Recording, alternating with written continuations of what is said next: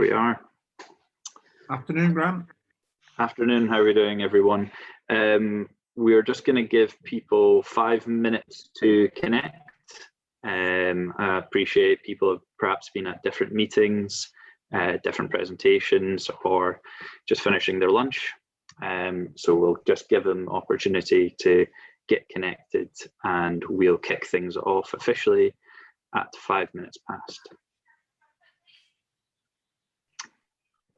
Perhaps a good time if anybody wants to grab a last-minute glass of water, a cup of coffee, snack, and then we'll be able to get going.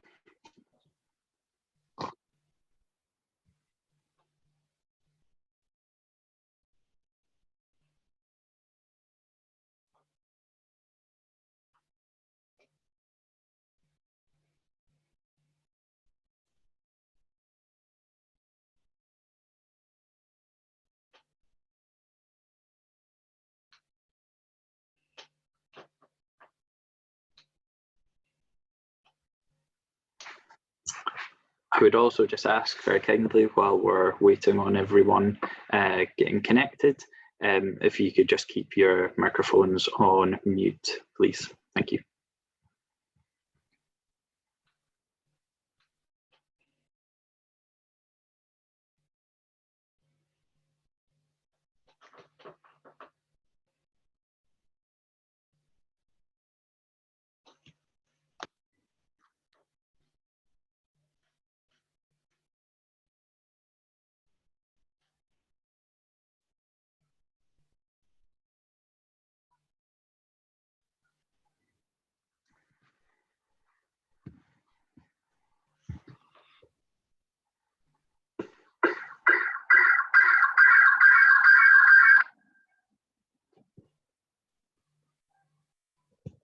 So welcome to those who have just joined. We're just waiting a couple of minutes for everybody to get connected. For those who have been at other presentations, meetings, or just finishing your lunch, we'll just get things underway in a moment or two. I kindly ask while we're waiting if you could just keep your microphone on mute. That'd be brilliant. Thank you.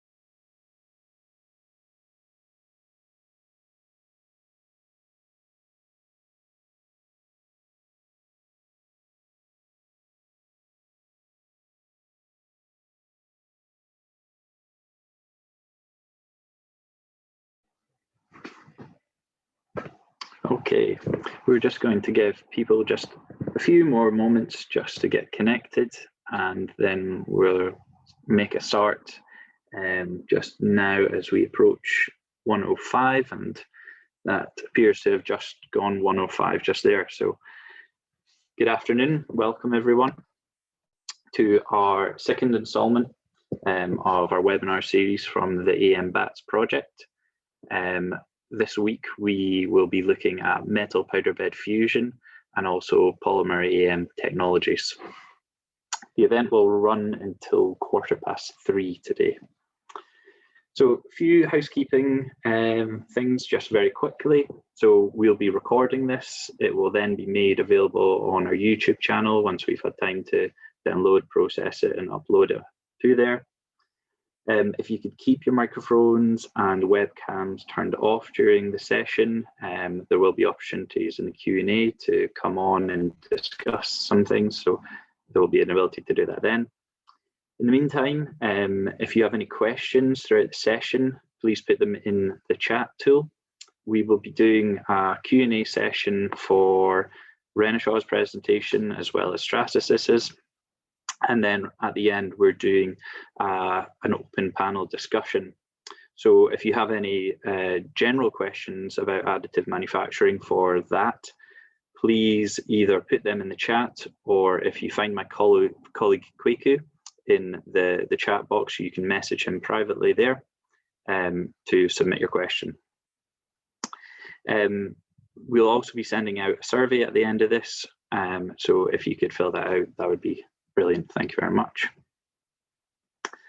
So the hosts today, we've got Stephen Fitzpatrick. He is the Additive Manufacturing and Machining Team Lead at NMIS. He's also the Principal Investigator on the MBATS project. And myself, I'm Manufacturing Engineer at NMIS in Stephen's team, and I'm also the Project Lead on the MBATS project. So looking at the agenda for today, I'll be providing an update on the MBATS project for the first parts. We'll then have a look at the AM technologies that we have at NMIS. From there, Renishaw will be providing a tech overview of their business, and they will also have a case study and a Q&A session. We'll then have a short comfort break to allow you to go and grab a cup of coffee, a glass of water, and then we'll come back in where we'll then be joined by Stratasys, who will be again doing a tech overview of their company and their technologies, then followed by a case study and a Q&A. I'll then round up the webinar, and then we'll move on to our ASSI Experts digital panel discussion. So the AMBATS project, AMBATS stands for Additive Manufacturing Business and Technology Support. It is an EU-funded project, and it's moderated through Scottish Enterprise, and is part of the Advancing Manufacturing Challenge Fund. The lead research institution on this is National Manufacturing Institute Scotland, and that's part of the University of Strathclyde. As I previously said, Stephen Fitzpatrick is the principal investigator, and I'm the project lead on this. The project began in April 2020 and will be running until December 2022. So the project has been supported by the following companies who are all based in Scotland and who work with various different additive manufacturing technologies, either upstream or downstream. Looking at the regional government support network who are assisting with this project as well, we have the Highlands and Islands Enterprise, which covers the West, the Islands and the North Islands as well in Scotland. You have the Glasgow City region, so the Greater Glasgow area, and you also have Fife Council in the east coast of Scotland. However, we're working pan-Scotland, and these are simply the councils that pledge support in the application process. We also have the Scottish Manufacturing Advisory Service, who are supporting this, Scottish Engineering, the Centre for Engineering Education, SEED, who are working with doing the cluster building activity for the Advancing Manufacturing Challenge Fund, and also the Knowledge Transfer Network. Last month, we delivered the first of our webinar series. We're now on to our second, where we're joined by Renishaw and Stratasys. And in December, we will be delivering another one focusing on hybrid manufacturing. So to date, so far, we've provided 30 hours of engagement sessions to Scottish SMEs. We've reviewed 6 separate inquiries. And we've also had 3 direct supply chain link-ups, and 8 companies in total have been supported so far. The key criteria for getting access on this project is that you're located in Scotland, you're an SME, and you can demonstrate adherence to horizontal themes, of which more information can be found out at the following web address. So as I said earlier, we're working pan-Scotland, but we're also working pan-sector in Scotland. We've done a little bit of sectoral analysis to look at and sorry, I got a message there, to look at what sectors we feel might benefit from additive manufacturing in Scotland. And these are some of the following that we've identified, but we're not limited to these.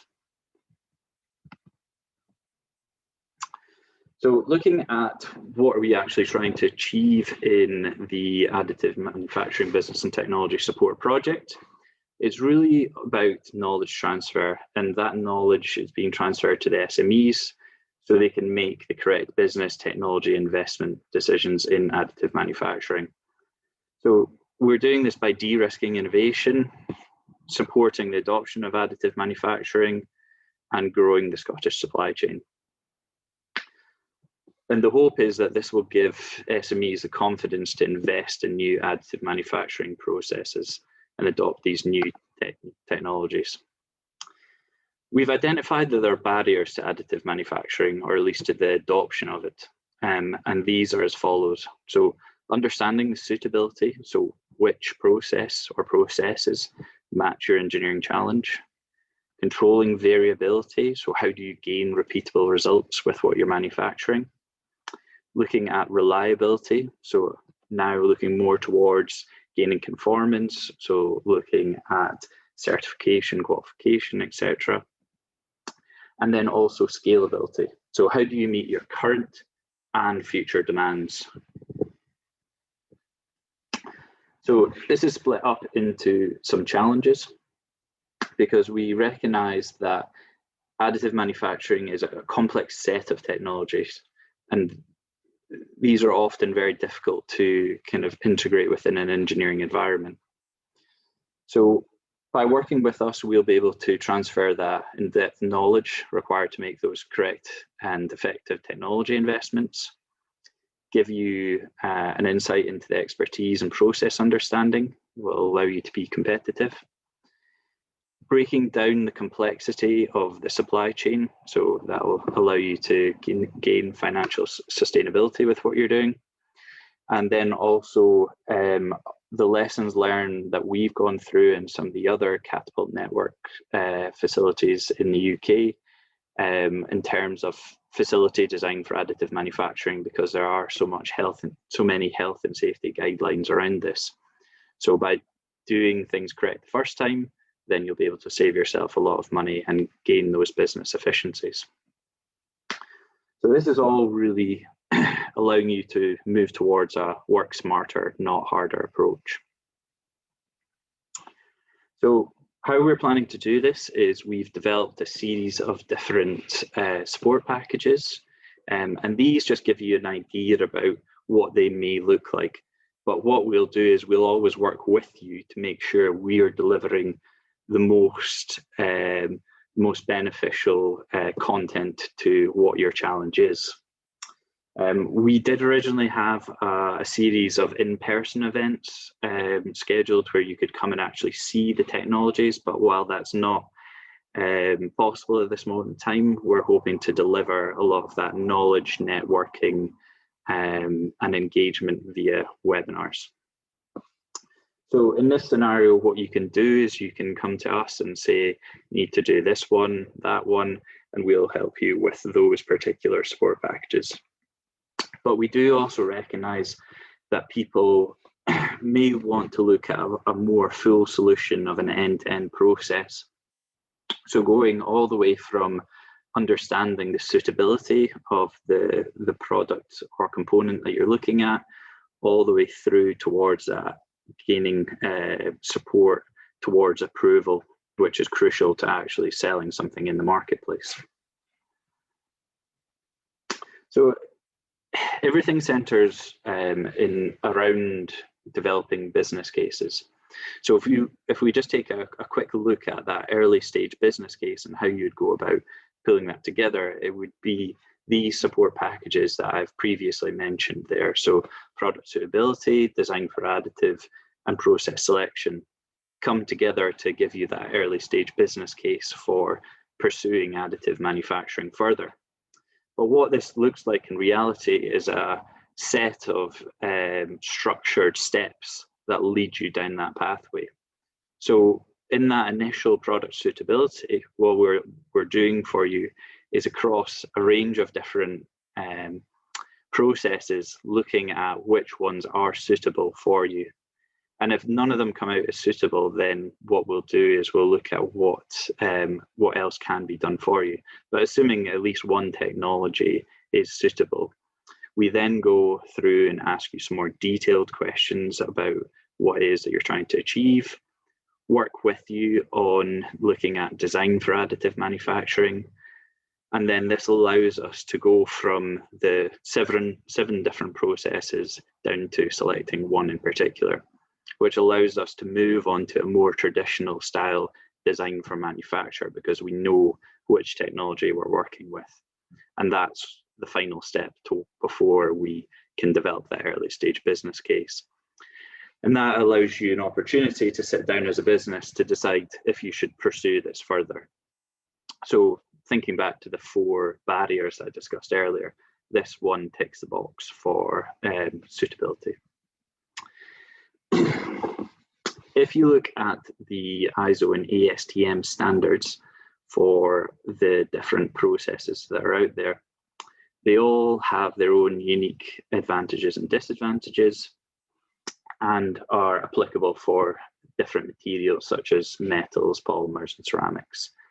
And this is a diagram that you most likely have seen, but for those that are not familiar with it, the ASTM and ISO have split them up into these 7 different categories. So you have that polymerization, material jetting, material extrusion, binder jetting, powder bed fusion, sheet lamination, and directed energy deposition. At NMIS, we have material jetting, material extrusion, powder bed fusion, and a range of different directed energy deposition technologies. When you think about manufacturing processes, they're grouped into these categories here. So you have molding, forming, casting, forging, machining, joining are the traditional ones that we think about. But in the last 25, 30 years, additive manufacturing has exploded. So as I just mentioned there, you have the 7 different processes, but we also consider hybrid manufacturing, provided we're using additive manufacturing somewhere in there as the technologies that we are looking at. And these can get really complicated. And if you're not too familiar with additive, this is where things can get quite confusing. So just an example of that, powder bed fusion can be split down further into using an electron beam or a laser beam. That polymerization, there's 3 disparate technologies even set within that. But as I mentioned, within direct energy deposition, we've got some different processes at NMIS. So we have wire arc additive manufacturing as well as laser metal deposition. And again, these can split further and further down, where you even begin to look at the different feedstocks, so powder and wire.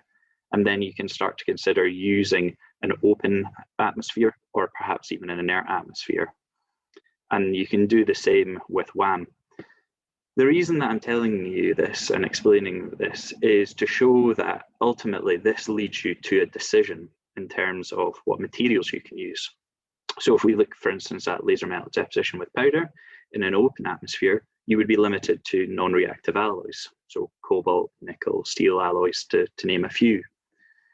Then if you manufacture within an inert atmosphere, you can then start to include some other materials such as titaniums or aluminiums, which are commonly known as reactive alloys. So this is where, as I said, things can get confusing the further and further you get down through it. And this is where, by working with NMIS, we can break down the complexity and transfer that knowledge to you in an effective manner. So looking at the technologies that we have at NMIS, we've split them up into metal, and then we further split them down between powder-based processes and wire-based processes.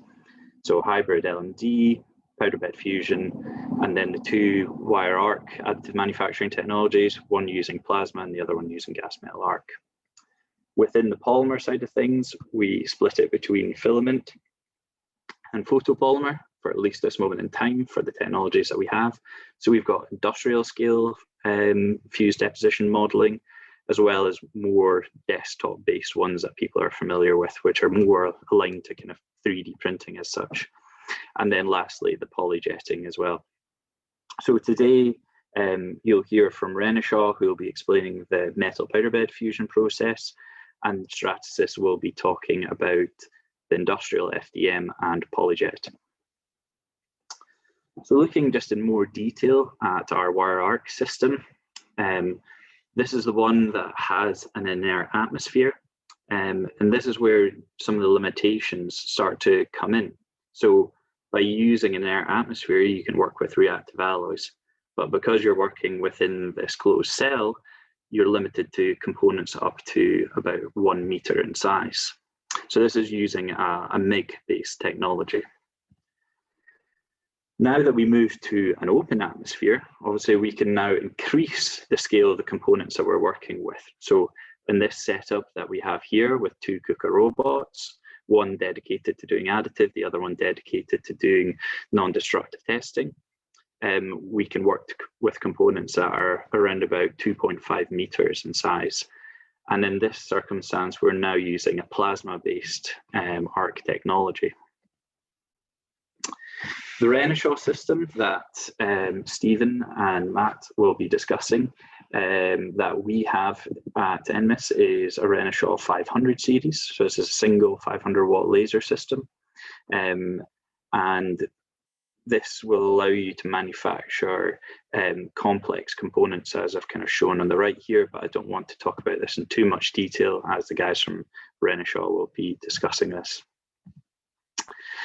Again, this is one of the technologies that's going to be discussed in more detail today, but a capability that we have at NMIS is the Stratasys Fortis 900, and this is a fused deposition modeling machine, and this will be discussed in more detail following on from here. And the last of the polymer technologies is the Stratasys J850, with its various different capabilities. You now start to talk about colors and textures being involved with what you're manufacturing. And our last system that I'm going to talk about is the hybrid laser metal deposition. So as you can see, this is a hybrid system, and it's what we would normally include in some of our suitability review, despite it not being one of the assigned ISO or ASTM technologies. And that's because it is one of those technologies. So you're looking at laser metal deposition, which is part of the directed energy deposition family. But we've integrated it on CNC, which allows us to do milling as well as additive. So on the left-hand side here, what you're seeing is a remanufacturing project we were working on with a forging die. And what we were able to do here was we were able to scan the part which had worn, compare it to its digital twin, isolate the areas of wear, and then what we can do all within one program is machine those areas of wear back to known geometry for us to work with. Then come in, build that material back up, and then again come back in and machine finish that so it's as new basically at the end of the process. But the clever thing that we can start to do here is the base material there is H13, which is a standard tool steel. But what we can do is we can use a material like Stellite 21 or Metcoclad 21, basically a wear-resistant cobalt alloy, which will actually have better performance values than what it did originally. On the right-hand side is a demonstrator component that we have made at NMIS. And what you're seeing here is just a standard pipe section that we've then built different features on there. So you've got helical gears, there's a cam lobe, and various other different things going on there.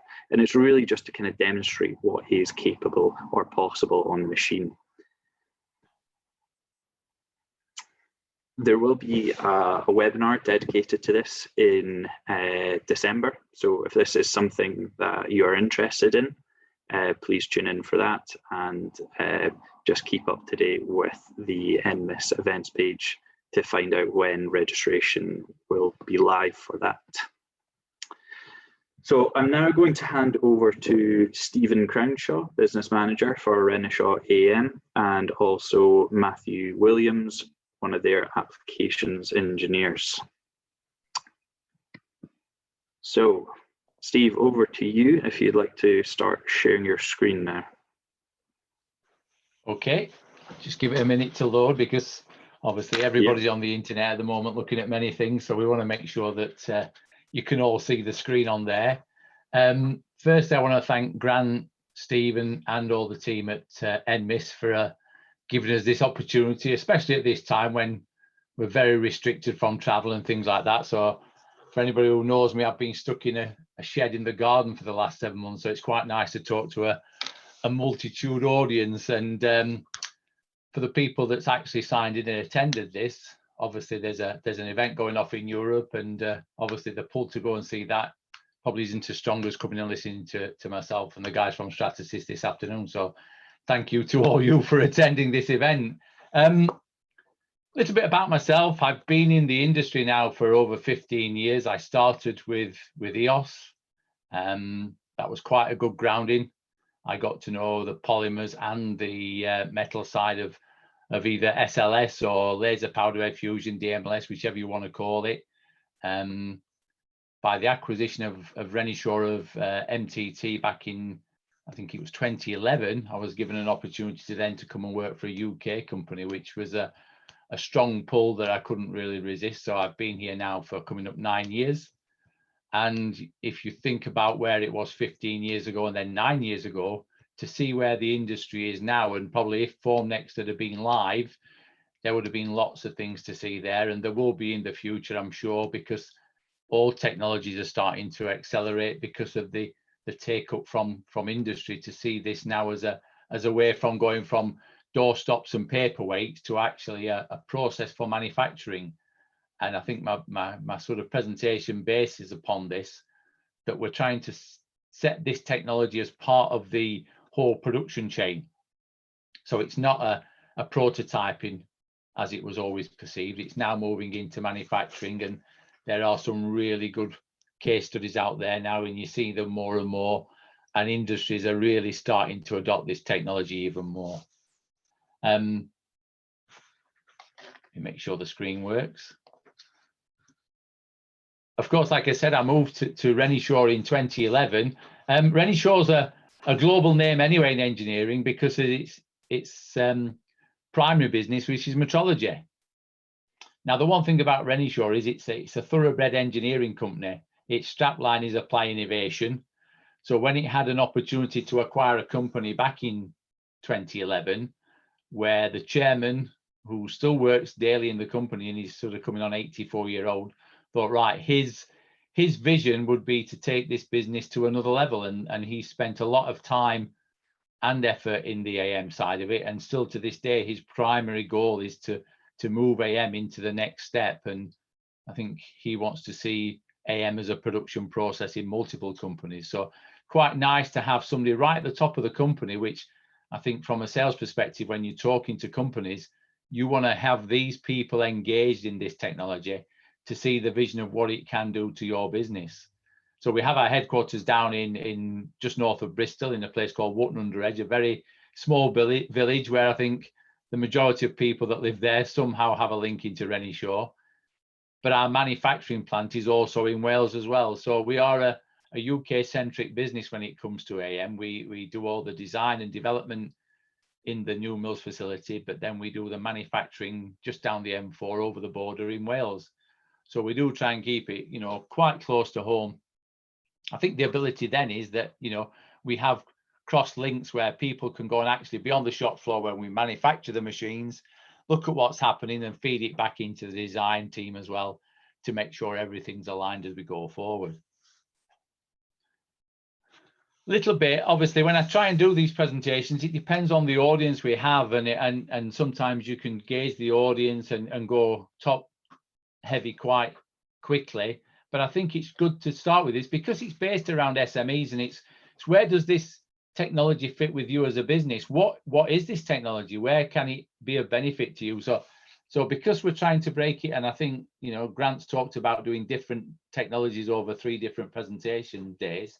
I think it's good just to explain that, you know, what we're talking about here is what we call laser powder bed process.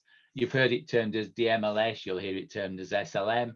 There's lots of different terms for this, but it literally is a fine layer of powder spread over a substrate. The metal is then melted. You start with say a 3D CAD image, it's sliced into layers, and literally you're looking at each layer individually. The laser's then melting where it sees that part, and it's fusing it into the powder. It's turning the powder to a solid, it's fusing into the layers below, and it's repeated and over again is how the process works. So a lot of terms you'll hear people say, well, we actually grow the part. So we start from the bottom and we build the part up. The differences with this technology compared to conventional is that the majority of the powder that's not melted can go back into recycled and be reused. So sieved or back in the machine, kept in the machine and reprocessed. So it does reduce the amount of scrap that's created by this technology. Doesn't mean that you don't get no scrap, because going through my process, I'll show you where we go from a conventional manufacturing, adaptation from AM, and then full design for AM. So there are various changes in there to look at. What we do team to look at with this is, and I talk to people quite a lot, I think we're moving in industry a step change from manufacturing driven design, where when I was an apprentice with the tools too many years to remember, we designed something and then we went on the shop floor and we spoke to the foreman or the works manager on the shop floor and said, I want to make this. And he was the gatekeeper because he knew what machines he had on that shop floor as to whether he could manufacture it or not. And this is the difference. This is moving more into design driven manufacturing.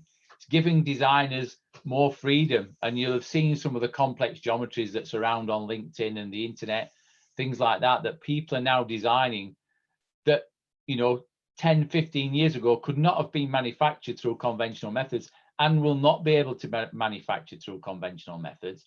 But it does not mean that AM is taken away from traditional ways of manufacturing.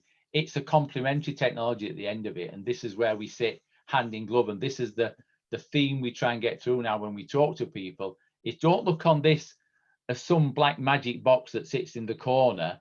It fits within your whole workflow. It gives you designers an opportunity to design using the technology and the benefits that gives you, but traditional methods of machining and things like that, the metrology side of it still has to be measured. It's still going to be utilized quite a lot. So, you know, the factories of the future, where you would say is not only traditional machining, but this type of technology sat in there on the shop floor to some extent, working alongside it. So what parts are we designing? And I mean, as I said, there's a number of components where you can see there. So, you know, we've got complex heat exchangers. I know we always get tarnished with the people who manufacture bikes, but it's one of these industries that actually over the last 7 months, I think if you look at bike sales, it's been one of the biggest businesses going at the moment. So, you know, there is quite a lot of interest, but now we're into the heat exchangers. The medical, if you take medical, you know, customized implants is becoming more and more of an interest to people.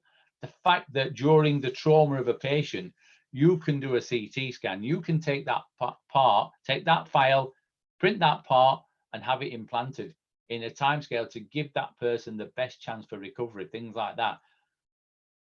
Based upon that, you're now looking at whole-scale manufacturers of knee joints, hip stems, things like that. So it is moving into medical. Aerospace is the big name that everybody talks about.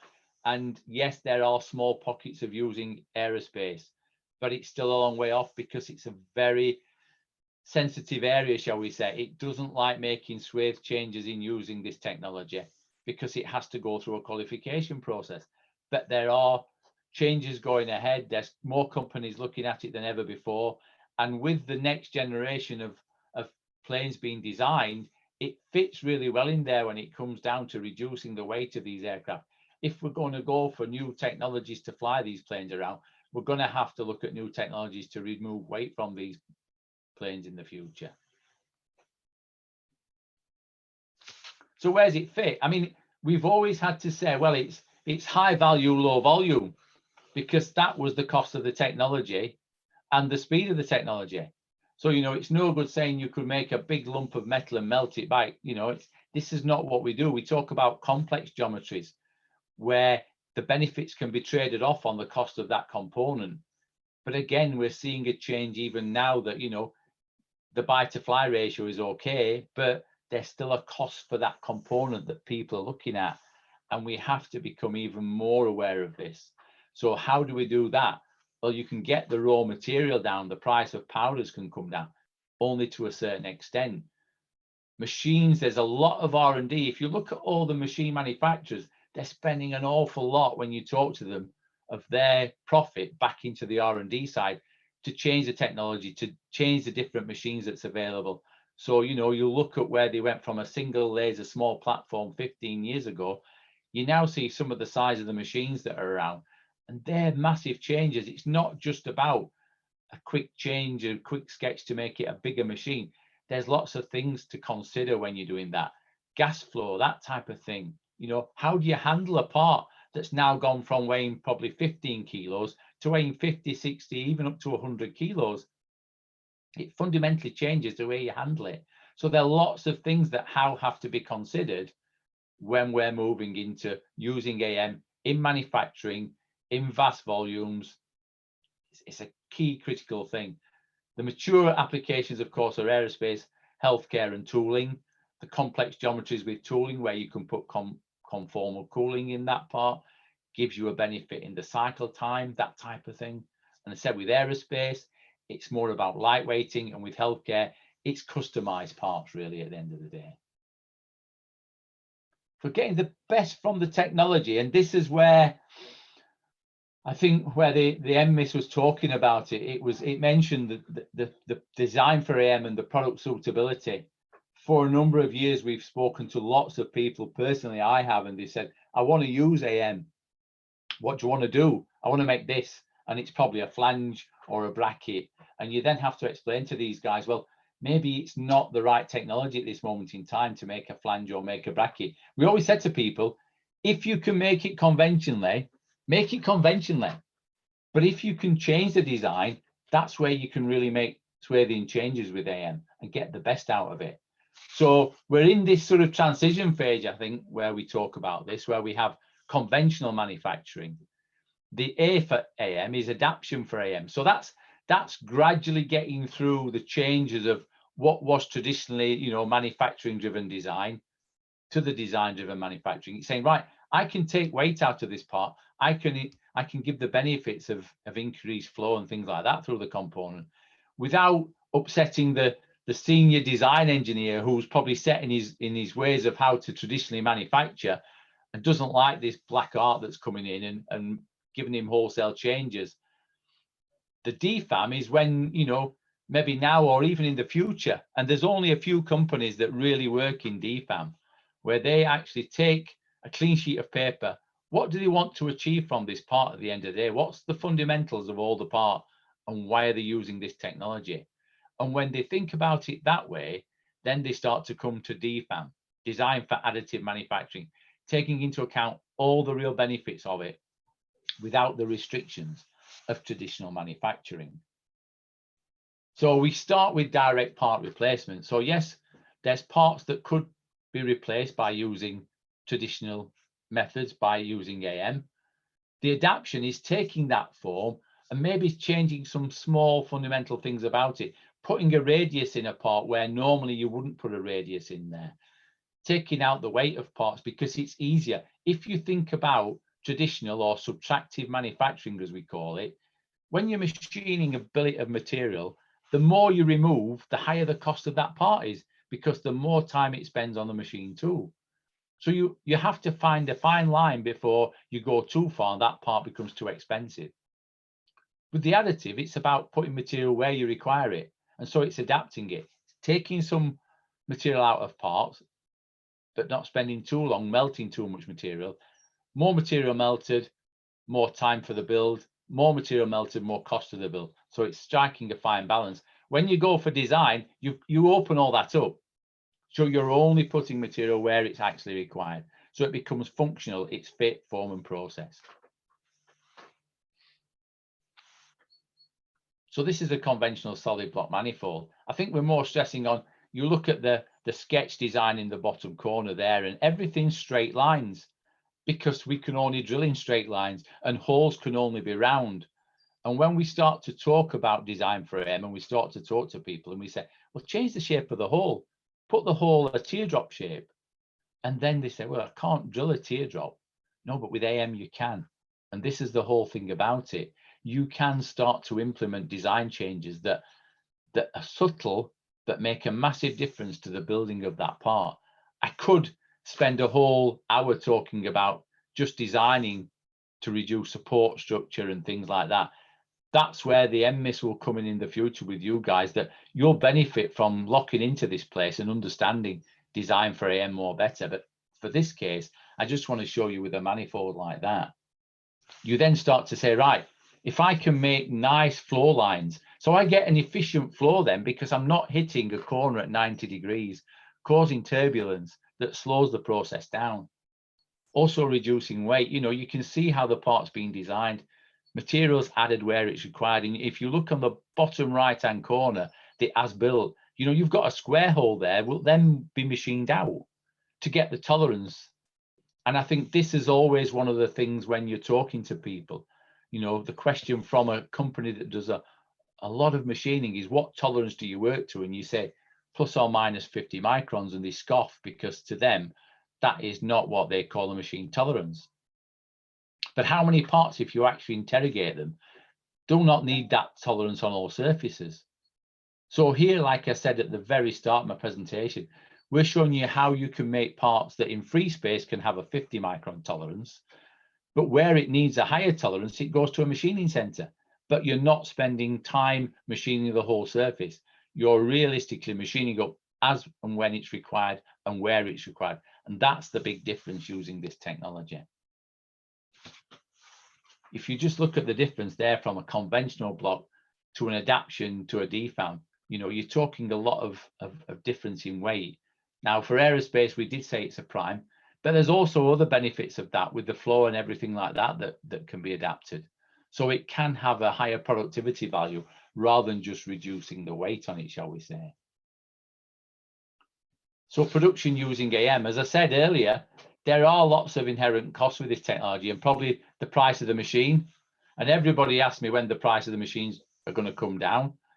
At the moment in time, it would be lovely to get the price down, but the investment, like I said earlier, of companies in designing bigger machines, more lasers, things like that, has to be resourced some way. And I think there will be changes in that. And as I said, with our laser system, our higher powered laser system, it doesn't have the highest price in the market. It's designed to meet the market requirements and give you price per part that is what you want. The powder costs, again, are changing. Post-processing, people forget, these are what we used to term the dirty secrets of AM. You know, printing a part is one thing, but how much time is spent post-processing at the end of it? And in adaptation for AM, there's probably some post-processing time. If you can go for DFAM, you can start to take a lot of that out, you know, support structure that needs removal, part cleaning, and then processing. So there are a number of things that can be changed and managed over here. The beauty is with the labor, once the machine's set and it's running, it literally can be run lights out. And times vary on all the builds. Some can go from a number of days, and I've seen builds of over 30 days, whereas in the dental industry, they're running 2 shifts and running 6-hour builds. So there's a massive difference in the time these machines are actually operating, but it's fundamentally turnaround time, machine on time, that's all becoming very critical with this technology. So the machines are what we've got. You see the machines there are single laser and multi-laser systems. We've gone away from the original MTT or Renishaw AM250-400 machines. This is the new range that we have. As I say, Grant will be having one of these machines in the new facility. And On one basis, it's designed for manufacturing, where it has the powder recycling within the machine, and it has either a single or a multi-laser. The multi-laser came about, like I said, because of production. How do we get this work going? How do we get cost per part down?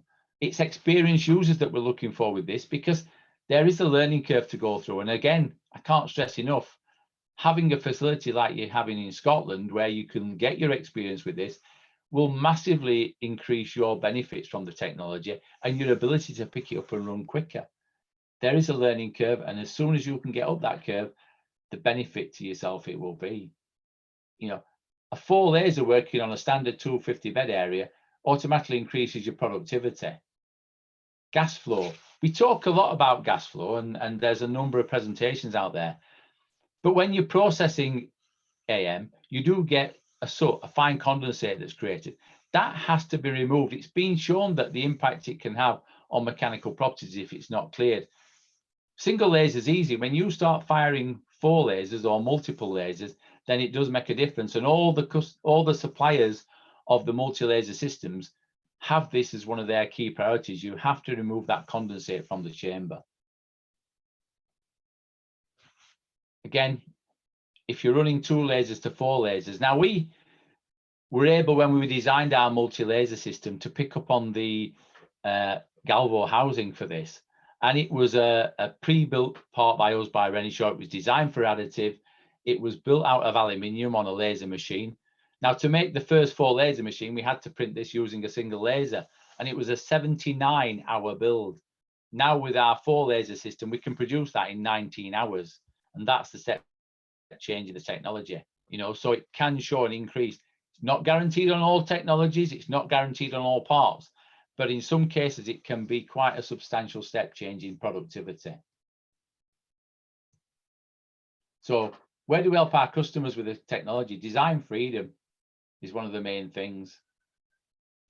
By investing in a multi-laser system, you do see that step change in productivity as well, because they are not an order of magnitude in comparison to a single laser in price, but with the right components and the right designs, you can see quite an increase in productivity. This is a video that I like to use quite often because it works with all manner of different technologies now, because yes, Renishaw make the AM machine and we do the metrology side of it, but there are lots of companies now coming along with software. So you have Dassault, you have Siemens and people like that. There's a lot of technologies out there, because many years ago, this technology was used known as a plug and pray. So you'd make a design, you put it onto the machine, you'd set it running, you'd hope it prints. Now we need predictability. We need to know before we press play, will this actual part print? Because we can't afford the downtime and the lost bills. And some of you out there will have used this technology in the past, and you'll have rebuilt parts on a number of times as well. And that's the whole thing about it. For it to be using productivity, we have to reduce that.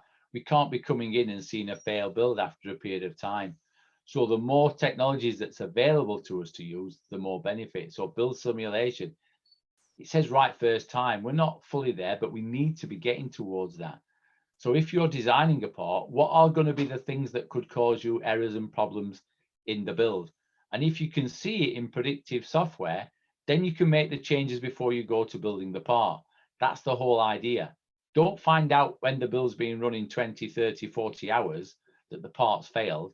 Try and be predictive. Try and stop that happening. And this is where before it was a very, shall we say, a personal technology.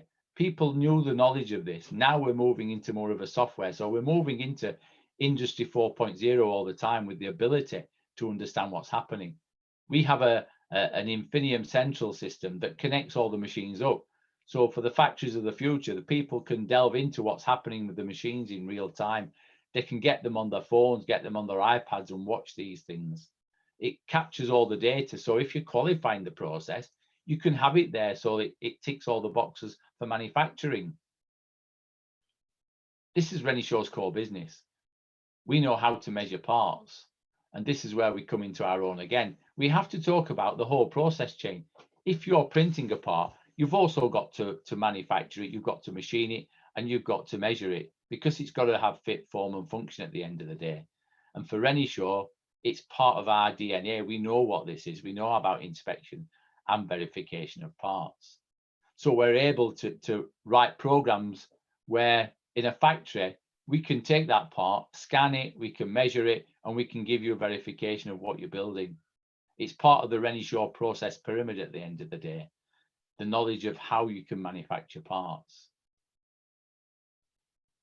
The process pyramid is probably talked about from our machining process, but we now use it and implement it when we're designing AM machines as well, and when we're looking at where they're going to fit into the factory. I think I've just about finished on time there, Grant. So thank you. I hope it's been informative. As I said, there's some chances for questions at the end of it. There's my contact details. If anybody does want to contact me after the event, you'll also find me on LinkedIn as well. And I'm more than happy to talk to you then. Thank you. That was absolutely fantastic, Stephen. Thank you very much. So Matthew, we're going to hand over to you now for your case study you're going to share with us. So Stephen, if you could stop sharing your screen, that'd be great. So indeed. Matthew, you should be able to start sharing your screen now. Yeah, sure. Absolutely perfect. Right, I'll just hand over to you now. Good afternoon, guys. I'm Matt Williams. I'm an applications engineer at Renishaw. I've been at Renishaw for approximately, actually just over 3 years. Started on the graduate scheme, and now I'm in a full-time position in the additive manufacturing business. So today I'm going to be discussing a case study that we've been involved in with INEOS Team UK, who are the America's Cup boat team for Britain this year. This was in conjunction with Siemens as well. So for those that don't know what the America's Cup is, it's a boat race that first started in 1851. It was actually set up by the British, and America held this title for 132 years until Australia beat them in 1983. 2020 or 2021, as it got pushed back, is the 36th America's Cup. And what's interesting about the America's Cup is the previous winners actually set the rules, the boat design, and where the competition will next take place. So for this year, New Zealand set the rule that the boats would be a monohull design. And they also implemented these foils on either side of the boat. So they're a revolutionary full foiling monohull, which allows them to fly above the break of the water. Which means that they can reach up to speeds of 60 miles an hour. There are specific crew on board which produce kinetic energy to fill batteries so that these foils can be lifted in and out of the water. So now onto the project was the Mast Ball. So this piece here was already built through additive manufacturing, but they wanted to remove weight further and produce a part that would, the maximum stress would be reduced and also reduce the post-processing of the part. So rapid design iteration for this was used using topology optimization software. So a final part was ready within a few months. There was a total of 15 iterations. On the right-hand side, you can see one of the early iteration parts there. This wouldn't be a good example for a part for additive manufacturing because there's a lot of overhanging surfaces. And then the one in the middle of the screen shows more of a picture of what would be a good part for AM. We were able to print these on polymer printers to get a prototype in our hands at a low cost and quickly. So having a part in your hand and instead of just on a screen really helps with the design process. So on to design for AM. There was a number of changes to this part to make this fully self-supporting structure. So in AM, when there's overhanging surfaces, you need support structures put in place. So these are the bits on the bottom left image in the red and blue. So this is generally wasted material. It gets taken off after the build, requires a lot of manual hand finishing to remove this and clean up all of the edges around it. So by removing all of the support structure, we're able to use less material, but also reduce the build time. And one of the biggest costs with AM is generally the post-processing side of things. So by making the part fully self-supporting, we're able to reduce this cost massively. And here I've selected another few areas where we've implemented areas for self-supporting structures. So as you can see again, on the left, we have a part with a lot of support structure. In arrow 1, we see that the ribs around where the mast actually goes into, we removed some of these because otherwise we'd need support on these. And we also made a lot of solid extrusions into the part, which then means that can be all printed as one, cut off the plate, and then machined as you would like to. We also extruded the bottom face and made a rad onto the plate so that there was a good enough surface for the part to be printed on. I've just got to dip out of my presentation because my videos aren't working on this, so bear with me. Here, this shows us our additive manufacturing process monitoring. So the laser emissions here are picked up back through the laser, and then we're able to build up and go through the data that gets sent to our data hub PCs to see where there's any potential flaws within the build. So this build was created in 60 micron layers, and if there's a higher emission, then that indicates that there's been over melting and there could be a potential flaw within the part.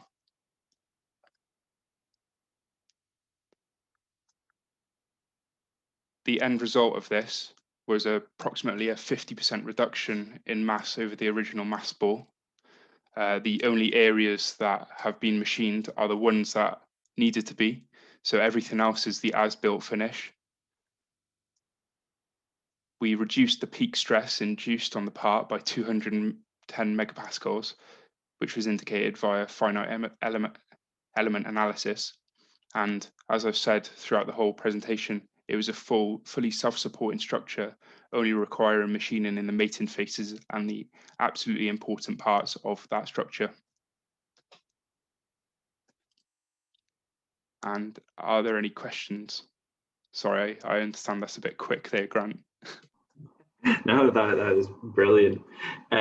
So Kwaku has been monitoring the chat. So Kwaku, have we had any questions for the Stratasys team? Sorry, apologies, the Renishaw team.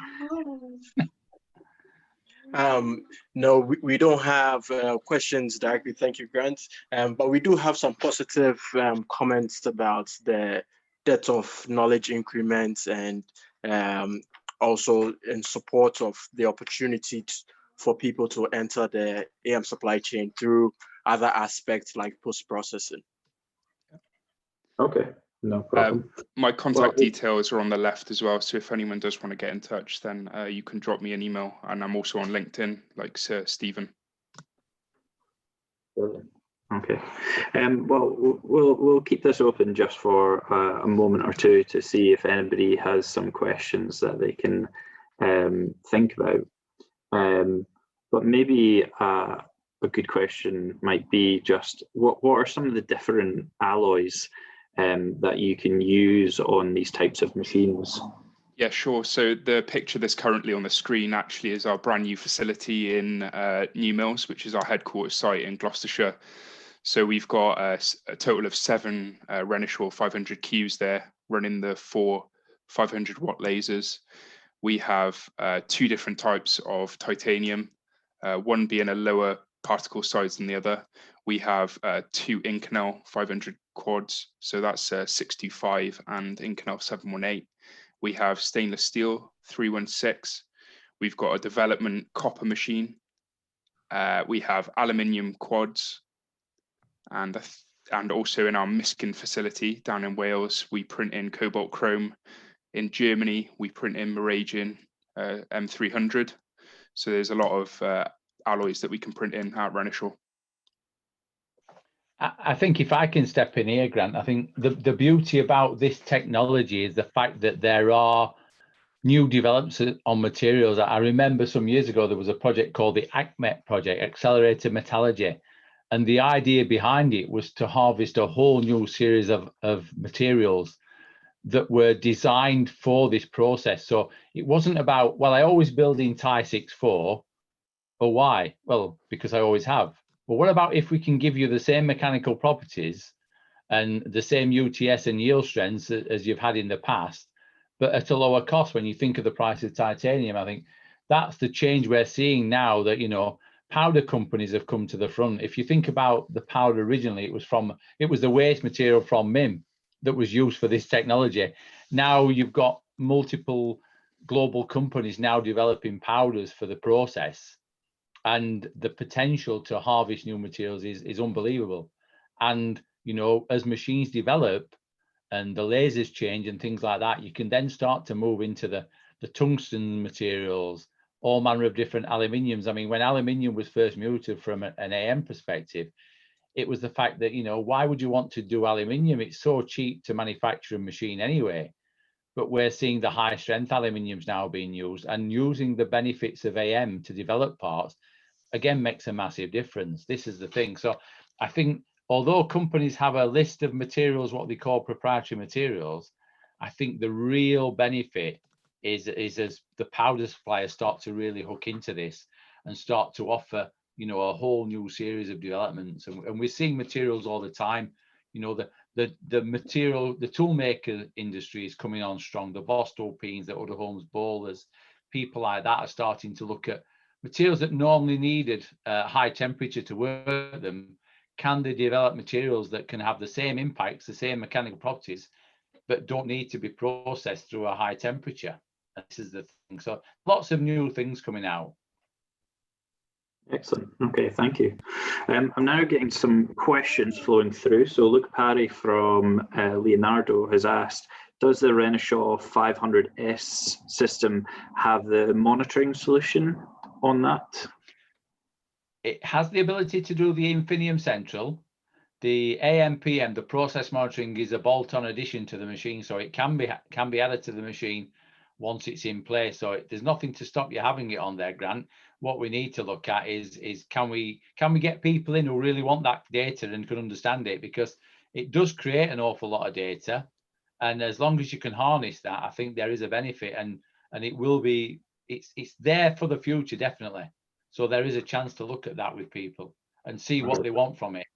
So if we're really good, Santa might bring it to us. You never know. Never know. Okay.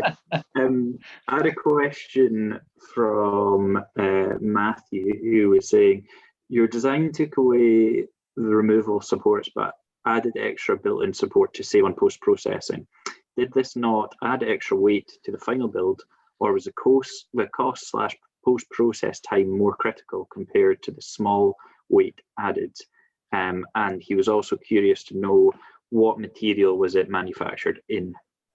So this would, you, Matt. yeah, that's fine. The Mast Ball was printed out of titanium. So we've actually printed about 30 different unique parts for the INEOS boat this year, ranging from 250mm tall to small 60mm high, very thin wall section parts as well.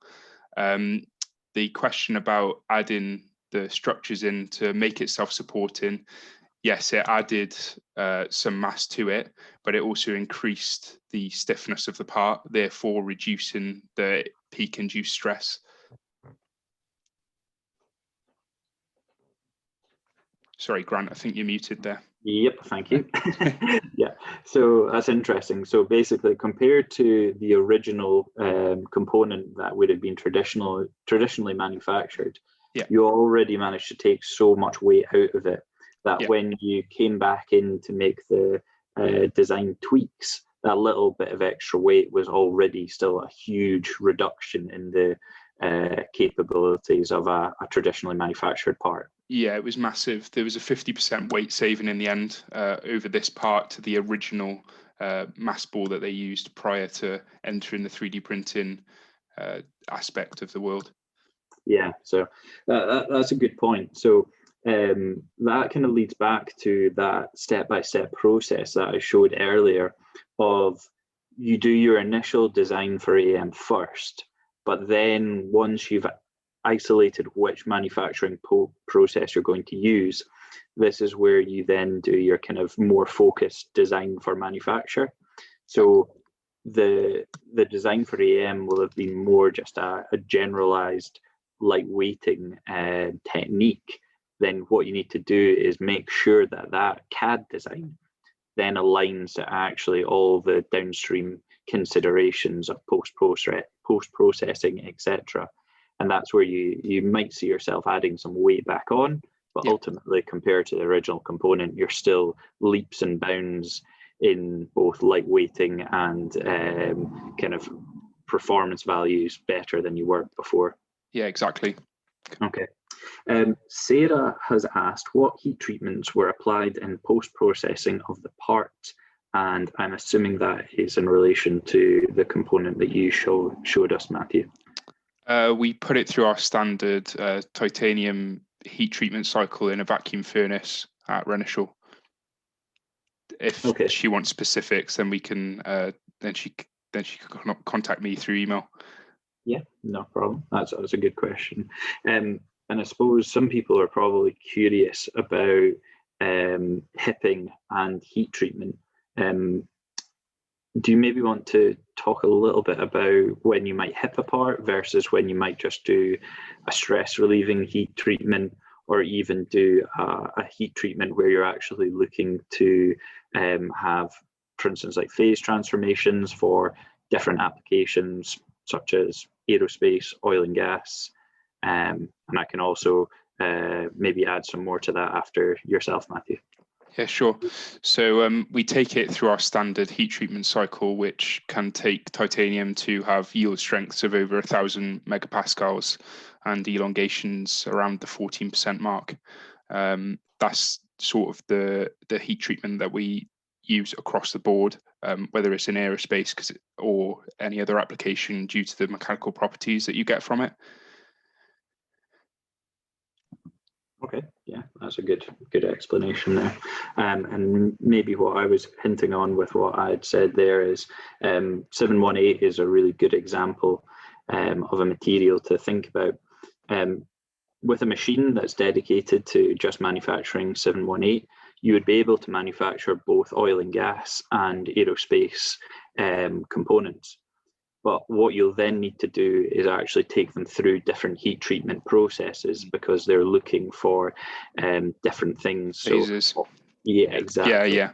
So obviously, the titanium cycle is completely different to an Inconel. We run our Inconel through a fast quench cycle on our vacuum furnace, so that purges argon in and can quench the part down to a set temperature.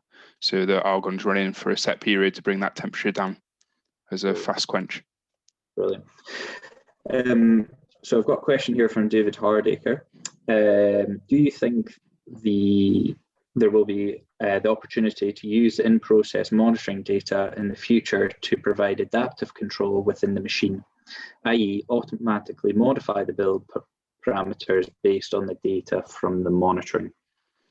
Yeah, that's definitely something that our design team and development team are looking into, to modify the parameter set to alter the melt pool of the build. Okay. And I've got one last question before we'll split off for a short break from Roy Yulee. Matthew, the video you showed looked like you had some process monitoring samples building alongside the part itself.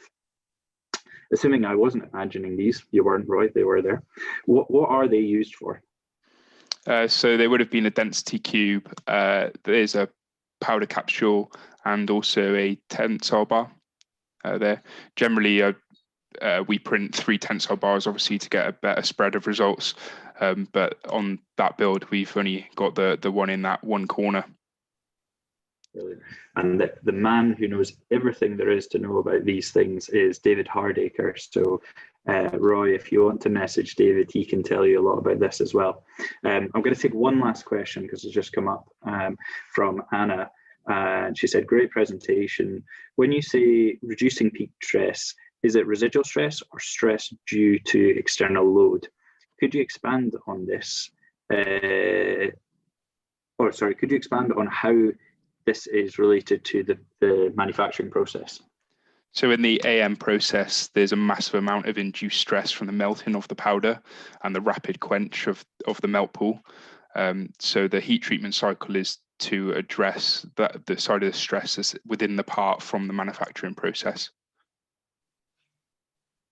Brilliant. Okay, well, that was a fantastic Q&A session.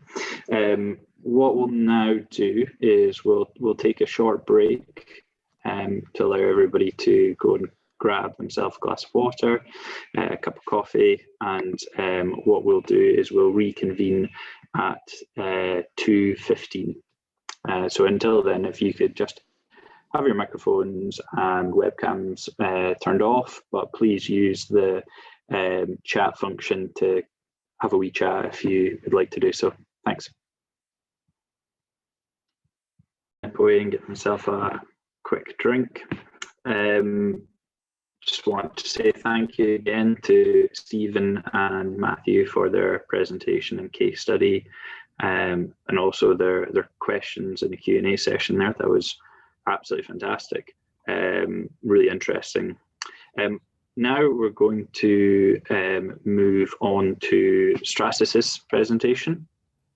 So we have got Nicolo from Stratasys, and laterally we'll be joined by Matt Jones for the panel session. So Nicolo, I'm going to stop sharing and hand over to you just now. So, yep, that's coming through and I can hear you as well. So I'm going to put myself onto mute and hand over to you.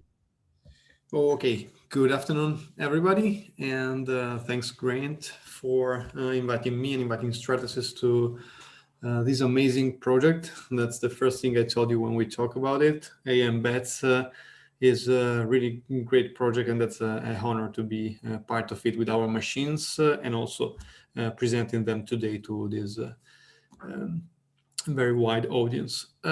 Just 2 words on myself. My name is Nicola Giannelli, and I am working at Stratasys since 5 years nowadays, especially for the aerospace vertical. I have always been employed in aerospace roles. Before Stratasys, I was doing structural design and analysis, first at Leonardo Helicopters and then at Airbus. And then I joined Stratasys to introduce additive manufacturing into the aerospace industry. We will see today that Stratasys is not only aerospace, fortunately, and actually it has a story of more than 30 years. Just a couple of numbers, not only the more than 18,000 customers that have more than 140,000 machines from Stratasys installed worldwide. What I really like to underline when I present this slide is the number on the bottom right. So we have 1,300 granted or pending patents. That means that we at Stratasys are innovation. And we keep innovating, we keep introducing new technologies, new materials, and we keep improving our results. As I said, today I will go a little bit through our main technologies and what we can offer to the market. And actually, I'm pretty happy that NMIS has one system from all of our families. So as you have shown, Grant, you have a Stratasys J850, which is part of what we call the J series. And here in this picture, you see the whole family of machines. So NMIS has the biggest and the most capable system. From that top level, we can range downside to the office environment and to the single material machines. Let's have a quick look on how this technology works. This is called the J series because it's based on a jetting principle. So it's a jetting technology. We have a printing block, which is moving on the XY plane. And then the 3D printing is given in the third direction by the building plate moving in the Z direction. The print block is then dropping liquid on the build plate, and this liquid is the material that is then making our model. This is a photopolymer, an acrylic-based resin, and it then gets polymerized by being exposed to the UV lamps that are also included in the printing block. So we have a technology based on the jetting of very small drops of this photopolymer that then gets quickly polymerized thanks to the exposure to the UV light. What we can get with this technology. One of the unique features of this technology is the capability of handling not only one material at the same time, but more materials. We have machines that can handle up to 7 material at the same time. This can be different kind of material in terms of consistency. So we have rigid material or rubber-like material. And this can also be different colors. So we have the full color capability, and we have also transparency capability. So when we mix all this together, we are able to get up to 500,000 color. So we get a full color mapping, but we are also able, for example, if you see on the top right, to represent textures. We can represent also bump mapping. So we can give any kind of feeling to the user, or at least the user is able to give any kind of feeling that he has in mind to the part that he wants to print. An additional capability given by the really big capacity of handling materials is the fact that this is the only technology which is Pantone validated. So you can select your color and the appearance that you want to give to your end part by the 1900 Pantone map. Very important things to get quickly and in the best way to the results you want to get is the software. This machine is integrated and can be used together with the most used software out in the industry. So you see the big names here here in the low left box. You can use Keyshot, you can use SolidWorks, you can use 3MF files, and additionally, you can handle all these machines with the Stratasys proprietary software, which is GrabCAD Print, and this enables you to use not only the PolyJet, but also the other machines that we will see next in this presentation. Just one example from one of our customers to show the advantages of using this technology in your design phases and through all the steps of your project. Here you see the card key that has been done and developed thanks to our PolyJet technology. And as you see, we have been able to reduce the cost by 85% and to reduce the time of development of this product from 9 days to less than 4 hours. One additional thing that I like to underline is the fact that we were, thanks to this technology, you're even able to reach higher or better objectives than with traditional technology, because thanks to the fast and easy iteration, you can improve your project, your component in an easier way. Moving forward, so we have been seeing how you can improve your design phase thanks to the J series. We move to the engineering and manufacturing. As the colleague from Renishaw anticipated that with additive manufacturing, we are moving from an original use only in prototyping. Today, we are talking about engineering and most often also about manufacturing. The technology from Stratasys that is enabling the customer or the user to face engineering and manufacturing is the FDM technology. This is a filament-based technology and is based on the usage of thermoplastic. So in the previous presentation, we have seen how you can use metal. Stratasys is, as of today, only a plastic technology provider. Nothing bad, we will see, because these thermoplastic range from the standard to the high performance plastics. And this enable, for example, very often to be able to replace metal thanks to plastic components. That's how I like to distinguish, not by machine, but by material. So depending on the material you use, you will be able to enter a different world, engineering or manufacturing. When we talk about engineering, we position ourselves in the lower part of this pyramid, which is going up with increasing performance of the materials. So when we talk about engineering, for example, we will use ABS material, we will use ASA material, we will use ABS with dedicated capabilities like the electrostatic dissipative or the biocompatible material. And when we talk about engineering, we will use polycarbonate and blends of polycarbonate with ABS. Also, we have the possibility to use polyamide in different blends, so nylon 6 or nylon 12. The engineering series, as I said, is using the entry-level and mid-level material. So this makes this the perfect technology to fit in an office environment. You see here the appearance of the machines belonging to this series. And what differentiates them? We have 3 machines inside this series, so the 170, 270, and 370. And what is differentiating them is how big the build plate is and which kind of material they can process. You see a list here on the right, and I remind you that we have everything available on our Stratasys website.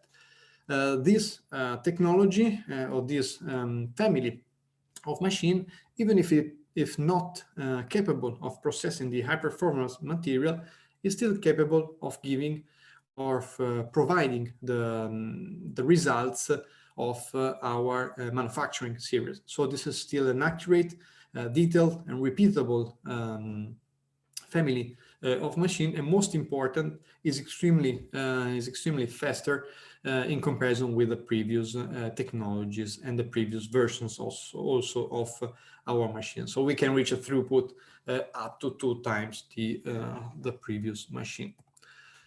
What can we do then with these engineering family machines? They enable us to enter in the application that we see in this specific slide. So we talk about concept verification. So thanks to how big the build envelope is, thanks to the possibility of processing different materials, different slice heights, and also the coexistence of soluble support, we can really make real our complicated concept, our complicated shape, and we can do our concept verification and design validation very quickly and in a very faithful way. Thanks to use of mid-level material, I would say, we can go to functional performance, so we can really make our prototype work, our mechanism work, and all the parts come together with play, with interference. We can really do functional performance with this accurate machine. Remember that I've been speaking also about mid-level materials. Those can enable us to enter in the jigs and fixtures. So when we need to produce aids for our manufacturing chain, for example, let's think about CNC machining, where we need to create a new shape where we will then hold our metal part to machine. Thanks to the materials and thanks to the precision of our machines, we can go into the jigs and fixtures, application family with the engineering machines. When we go to the upper part of the pyramid, if you remember, I've shown before, we locate ourselves in the high performance material. Nothing better than this material can enable us to enter into the manufacturing, so the production of end-use parts. Also here, I very quickly show which are the machines that are part of this series, let's say. And on the right, you see also the machine that Grant has anticipated NMIS as available at their facility. The machines that can process all the materials from Stratasys are the Fortus machine, the 450 and the 900. They differentiate between themselves mainly for the size of the build plate, and also we will see that the Stratasys F900 has been qualified versus NCAMP to produce aircraft end-use parts. So it's a qualified technology with a qualification process accepted by the regulators, so Federal Aviation and the EASA. As I said before, I like to put the accent on materials. So when we talk about manufacturing, I will show which are the most suitable and most used material inside these applications. ULTEM 9085 is the first one that I would like to talk about because it's the material that, in my opinion, is the top level for FDM. So it's really capable of achieving high performances. We are talking about 150 degrees, really high strength, FST rated materials, so flame, smoke, and toxicity rate. This can really enable to a lot of application. We see here and in every Stratasys advertisement that this is the top aerospace material. But for example, if I bring here one application from one of our customers, you can use the performances and the capabilities of this material not only in aerospace but in any industry. So here we see GKN driveline and how they used ULTEM 9085 to print this spreading tool for the grease within their assembly line. So the black part that you see has been done in ULTEM, and inside and in the lower right picture you see also how internally this is made. So this has internal channel that will drive the grease exactly and so it's exactly in the position where we want it and in the exact amount that we want it. So here ULTEM, for example, has been used in addition to the temperature and to the mechanical properties, also for the chemical resistant to the grease that was specifically needed in this application. You see here that JKN was able to reduce by 70% the lead time, and so you can imagine how this was an improvement for their manufacturing chain. Still in the ULTEM family, we're talking about thermoplastic, so blending and changing a little bit the formulation is, let's say, easy.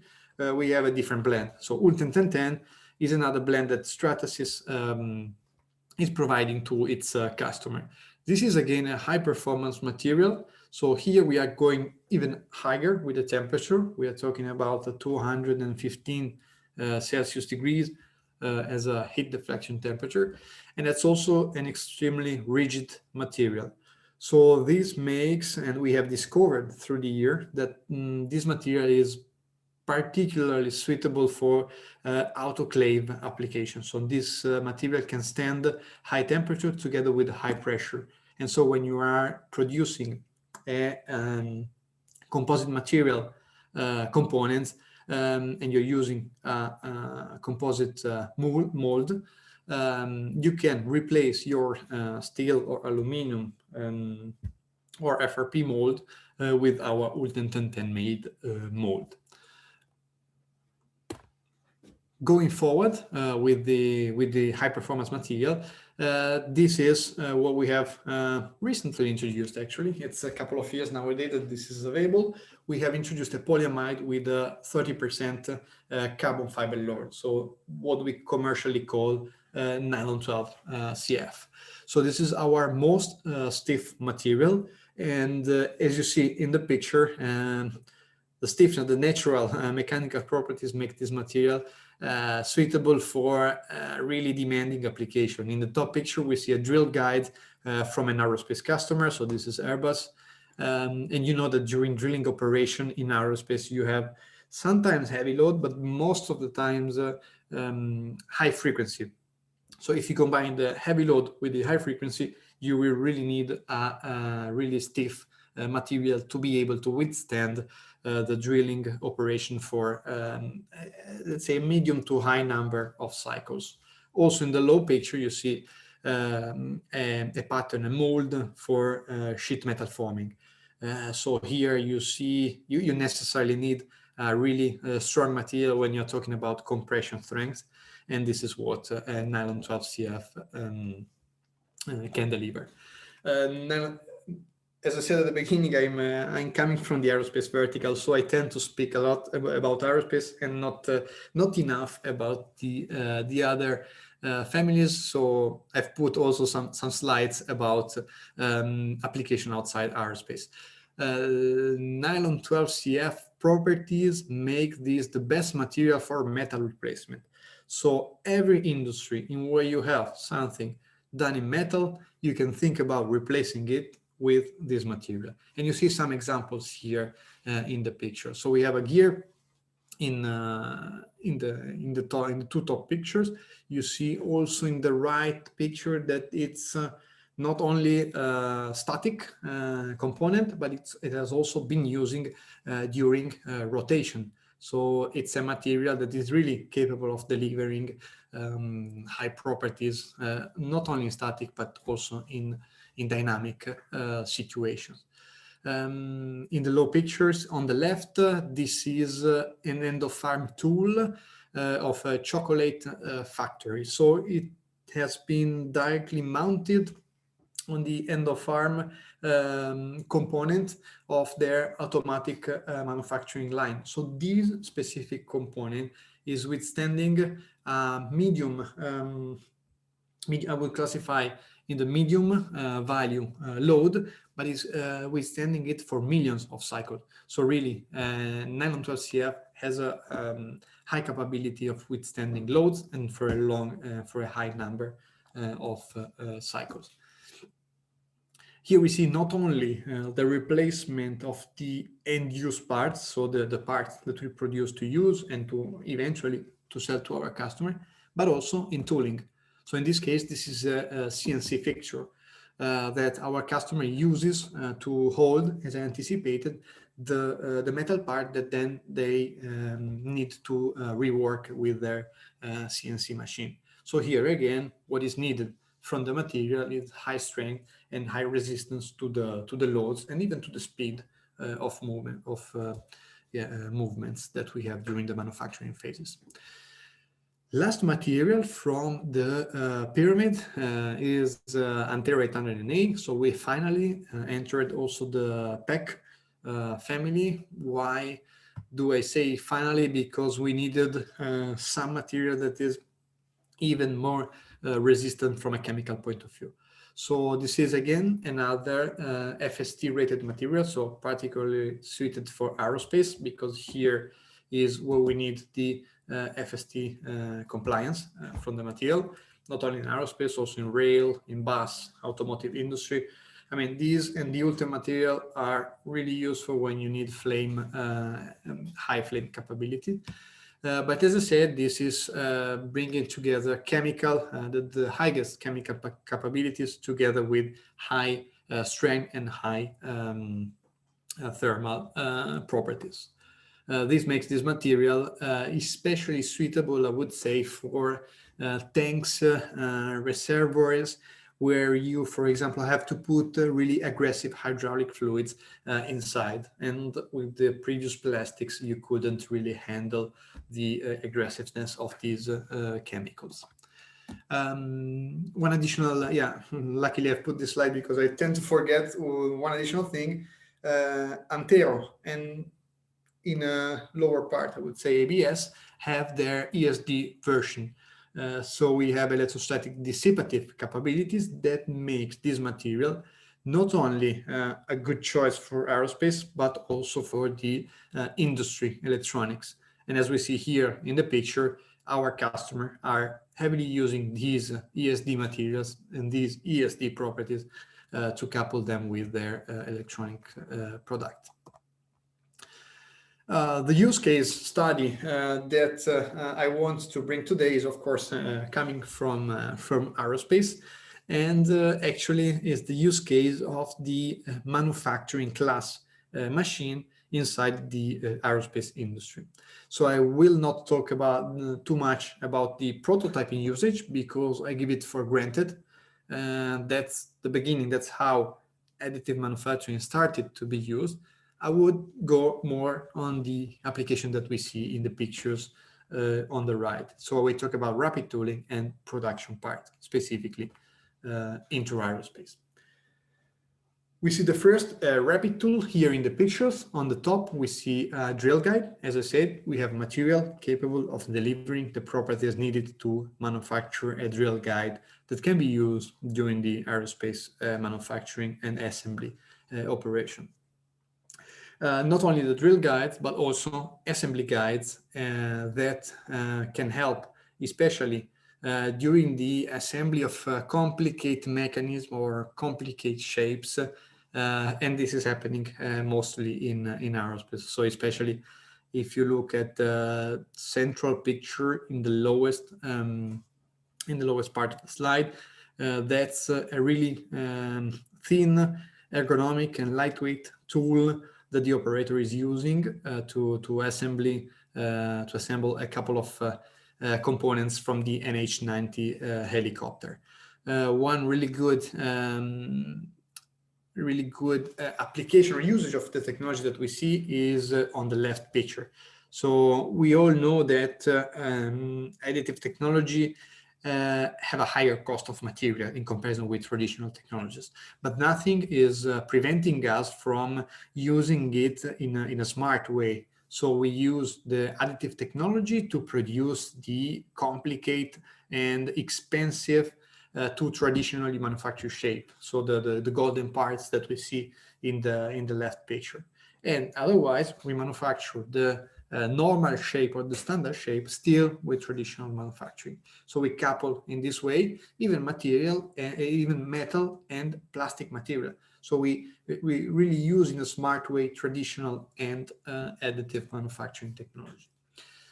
In the example above, our customer was able to reduce the development and the production time of the drill guide from 4 months to 10 days. This is really, I don't bring any money evidence here because only this has made, for example, our big customer in aerospace think about replacing the entire tool line with additive manufacturing thanks to this data. So being able to produce your tool in 10 days instead of 4 months is really enabling you to revolutionize your manufacturing and your assembly line. FDM, plastics, as I said, Stratasys is a plastic platform provider, but that doesn't prevent also us to use our technology as an intermediate step to produce metal components. So once again, thanks to the material properties, and especially in this case, the compression strength, we are able to produce the patterns, the molds for sheet metal forming. So also depending on which kind of metal you use. So if you use soft aluminum, you will use polycarbonate to produce your mold. If you're using steel, you will use nylon 12CF or Ulten 10. But in any case, you're able to produce your mold with in a really accurate manner, and a mold that is capable of lasting between 10 and 100 of cycles, which is particularly useful when you are thinking about repairs into aerospace. So if you are, and I believe, this is the example from next slide. If you are in your MRO line and see that you have a damaged component and need a replacement that you don't have in stock, then normally it will take you few weeks, I would say. I've been working in maintenance, and I would say I would be nice, and I would say only a few weeks to get the end-use parts in your hand. Thanks to additive manufacturing, you can produce the mold and proceed to sheet metal forming and have your components, you see in this example, in only 20 hours. So reducing from 21 days to 20 hours the downtime of an aircraft can really make the difference when we think about the operating cost and also the revenues that the aircraft generates when flying. As a side effect, we also have a reduction of price of the tool, and then as a consequence of the component from $3,500 to only $133 for the example in the lower picture. As I said in the beginning, ULTEM1010 is our top level material for the temperature and for the mechanical properties combined together. This is then translating into the possibility of using this material for autoclave purposes and for composite layup tool building. So our material, our ULTEM1010 mold, can go in autoclave at 180 degrees together with 7 bar pressure. So this is the typical parameters of a cure cycle for a composite fiber prepreg used, a standard composite fiber prepreg used in aerospace. And then the use case that I bring from this application is from our customer, Dassault Falcon. That's a particularly brilliant use case. You see the one on the left. They have switched from the top left traditional way of making the mold to the bottom left way of making it with ULTEM1010 with FDM technology. As you see, they also exploited the possibility of having internal structure really revolutionized in comparison with the traditional technology. So we have an almost empty internal structure that first facilitates the thermal, the heat transmission, and the second is also making the tool much lighter. And as a third effect is making the tool less expensive, because by making it lighter, you use less material, you use less time to produce it.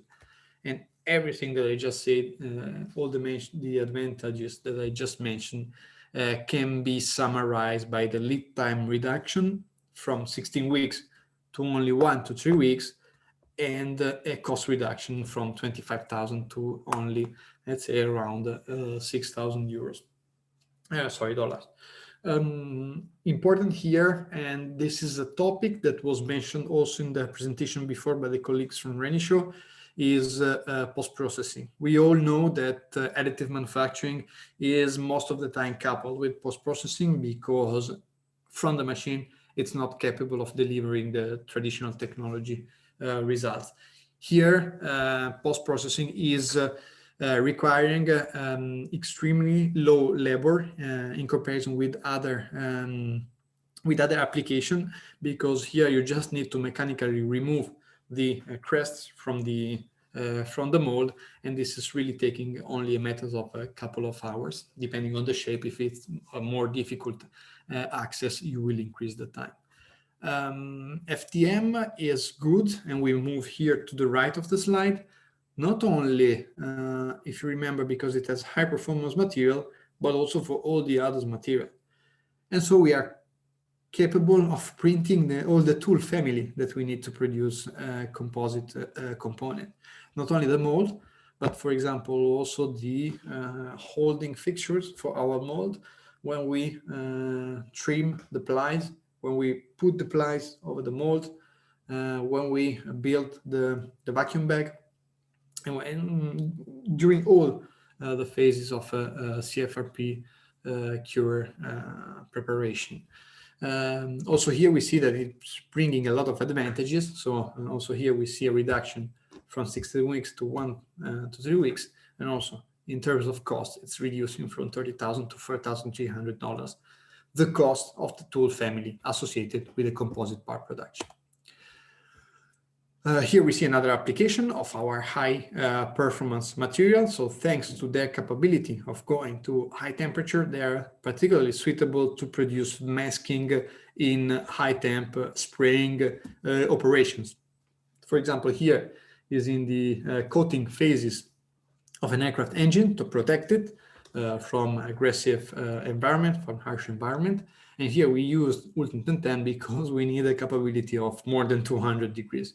So thanks to the shape freedom that FDM is capable of providing to the user, and thanks together with the properties, the high properties of the material, we can produce that kind of component. Still talking about high temperature, this example from Boom is also linking to the previous presentation to show the advantages of additive when you think additive already from the beginning. As you might know, Boom is introducing the supersonic flight again in the civil aviation, and this is a brand new project. So they are really designing every component from scratch. The advantage, for example, in this single component is 90–80% in cost and 95% in time. So we usually replace a part already manufactured with additive, but when we think additive, when we design for additive, we really maximize the advantages that this technology is capable of bringing. Here are some other examples. I will not talk too much about this. Just on the right side, we can appreciate how this technology is used by BAE Systems on very big components. So even on big components, we keep our reliability, we keep our precision. And on the left, you see how you can use for complicated shape our technology, and you can appreciate how internally also the structure can be not full, as I anticipated with the mold from Dassault Aviation. Last use case, and this is what I anticipated is available at NMIS, is the use of FDM technology as a qualified technology for aircraft components and repair. F900 machine is a machine that from the beginning was used from our aerospace customer. Actually, it was developed together with a big aerospace customer from the US. And so we have always been looking for a way to create, first of all, to improve the process and the material, and second, to qualify and certify our process to produce in a uniform way the end-use components. This is what we have been able to reach thanks to the improvements of the last few years. So the qualified process is closed box, I would say, in which you have to use the ULTEM 9085 material, which is the FST rated material that is capable of meeting the requirements from the Federal Aviation Regulation, also perceived by the European Aviation Safety Agency. You have to use the Fortus 900 because this hardware has been specifically improved and tailored to, for example, decrease buildup in the tip, be able to control the moisture in the path of the material, and was particularly validated versus setup and maintenance. And third, you have to use a process which has been developed together with NIAR and then NCAMP to meet the really stringent requirements from a qualification into aerospace. So with these three components, you can achieve what we see in the chart here below on the right. That's the most demanding properties, most challenging property for additive layer manufacturing. So it's the ZX tensile strength. Before improving our technology, before qualifying our technology, we were positioned on the left part of this chart. So our specification sheet contained a nominal value for our technology of 6,000 psi in the z-axis and a huge coefficient of variation, so a huge dispersion around the mean value. And so the early adopter of our technology that were using FDM to produce and use parts needed necessarily to apply a knockdown factor, bringing to these 4,600 allowable for the material. With our qualification plan and our improvements, we were able, first of all, to reach a higher average value, and second, to reduce the variability, which is really important when you talk about additive manufacturing in aerospace. So now the knockdown factor is sensibly lower than the previous one, and the allowables are also much higher than what you could use before. This means that you can produce the same part with half of the weight, around half of the way, or you can use the same process to produce more demanding parts. In this slide, we see, I will not go too much in detail. If you want, you can access the NCAMP website, and there we have published all the data regarding the qualification and how this was reached. Here's just to give a highlight. So the qualification of our technology for the production of end-use parts in aerospace has been done following the composite material qualification process for aerospace. So we have been investigated the technology on 2 different machines, on 3 different batches of material, and in 5 different locations around the build plate. Also, we have investigated the different orientation of the component of the specimens, because we all remember that additive manufacturing is not isotropic, and so we also have to keep under control this source of variability. The qualification of FDM technology, and specifically of the F900, has made it possible for a lot of our customers to produce end-use parts.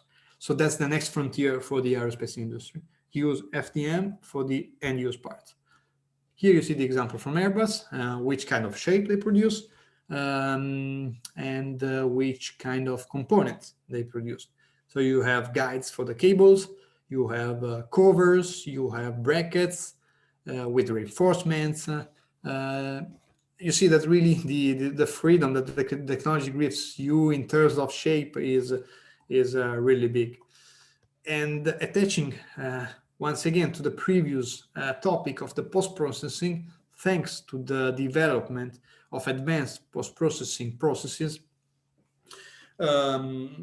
Airbus and other customers are now able to install visible parts in the cabin of their aircraft. So in the previous slide, we have seen all under the cover parts. In this slide, we see a visible part. So you wouldn't really recognize if a part is additive manufactured or it's traditionally manufactured. And what I just said all together is still bringing the advantages of additive manufacturing, also in terms of reduction of cost and lead time associated to the part production. So we see the example here from China Eastern.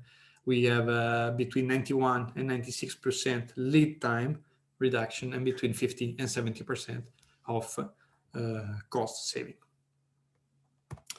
I think you used all the time I have, so I hope I am in time, Grant. And I'd like also to introduce my colleague, Matt Jones, who is the Senior Application Engineer for Northeast Europe. So he will be able to speak much better English than me, and will be able to answer all the other questions on the application that you have outside aerospace. Excellent, Nicola. That was just fascinating. There's so much to cover there. I think you did really well to get into that time period. So I'm going to go straight to the questions. So David Hardacre has asked, are there any environmental control limits, e.g. humidity, for the storage of polymer feedstocks to mitigate the risk of electrostatic buildup? Very detailed question, David. I like it. Yep. Okay, so we provide with storage suggested storage condition of our materials, and these conditions include the humidity and the temperature at which we suggest to store the material to then be able to meet their design capabilities, let's say. Humidity absorption, as a note, I would like to add that humidity absorption is always a reversible phenomenon or process. So by drying the material, putting it into a vacuum oven, you can always take out the humidity and bring back your material to the initial status, even if, for example, you didn't store it at the proper conditions. Brilliant. Thank you. I've got a question here from Vikram. Is end-of-life environmental impact a consideration when using plastics in additive manufacturing? Here I would differentiate between PolyJet technology, which is using liquid acrylic resin, and they have a shelf life. So after a certain period of time, we don't guarantee anymore that they will meet the design capabilities, and the thermoplastic, the real thermoplastic of FDM. These materials don't have an expiration time. As I said, the most impactful thing is the humidity absorption. So as long as you are capable of storing it in proper condition, or to take out the humidity after improper storing, you will restore the properties of the material to the initial phase. Our customer, especially from aerospace, I bring this experience, I don't know if Matt has additional, our customer used to include in their process specification an expiration date, but this is mostly related to their storing capabilities and processes than to the properties of the material. So usually they say they have to use the material between 2 and 3 years from reception, but we don't provide any expiration date for the material thermoplastic. Yeah, I'll jump in there, Nicolo. So good afternoon, everybody. My name is Matthew Jones. I'm one of the AEs for the UK and Northeast Europe. Just backing up what Nicolo said there, most customers would put in 3, maybe 5-year life expectancy on a part, and they would also plan preventative maintenance to check accordingly to see if there's anything that could have gone awry with them. But it's engineering grade thermoplastics. We don't expect it to sort of go off. Excellent, thank you. Vikram has also asked, are there any additional compliance requirements when replacing metal parts with plastic AM parts, in addition to the already applicable constraints for metal parts? So Matt, do you want to take it? I'll take it, yeah. So clearly additive manufacturing of plastic components will never replace all metal parts. The first thing to say, it'd be fabulous if it could, but it is looking at the design requirements of a given part, the loading, the forces, and where they're applicable, and then designing the DFAM accordingly to make sure that there's the correct failure mode or enough sort of failure built in that the part won't fail where you expect it to, so maybe tenfold or whatever it is in there. But you should follow the same sort of compliances there. You should do your own internal qualification and validation that a part will do what you want it to do, is the sort of short answer. To deep dive into it, yes, there's lots of regulatory requirements that you have to fulfill for a metal part, so they are applicable for plastics, but following the composite route really with the nylon 12 CF material. Brilliant. Yeah, and what I'd maybe say, just to expand just ever so slightly on that, is what you'll probably find in a complicated system, whether that's an F1 car or a fighter jet, is there's always room for plastic parts and metal parts. And what you'll probably find is parts that were previously metal that are now polymers. That you'll also find a similar amount of parts that were polymers that now become metals. And this is all really brought about through the kind of design freedoms and the manufacturing freedoms offered by each individual additive manufacturing technology. So, oh, sorry, quick, were you about to ask something there? It was, just to back up there again, 100%. Yeah, it's an interesting thing that most metal parts that we see have only ever been metal because that's what people had access to back in the early adoption days for aerospace or defense or automotive, and that's what they had to hand for CNC requirements and things like that. Whereas, you know, if you really look at the requirements, sometimes metal is just not required at all. Absolutely, brilliant. Okay, so just as sorry, first of all, thank you very much to Nicolo and Matt there for their dedicated session on the technologies offered by Stratasys. Just to round up the presentations, I think what we've seen here is how complicated additive manufacturing can be, which can obviously be a challenging prospect for anybody thinking about using additive. But equally, what I think we have seen is a huge amount of advantages enabled by additive manufacturing. So if you are looking to do something with additive, please get in touch with us. we should be able to answer your question and be able to work with you on whatever your challenge is.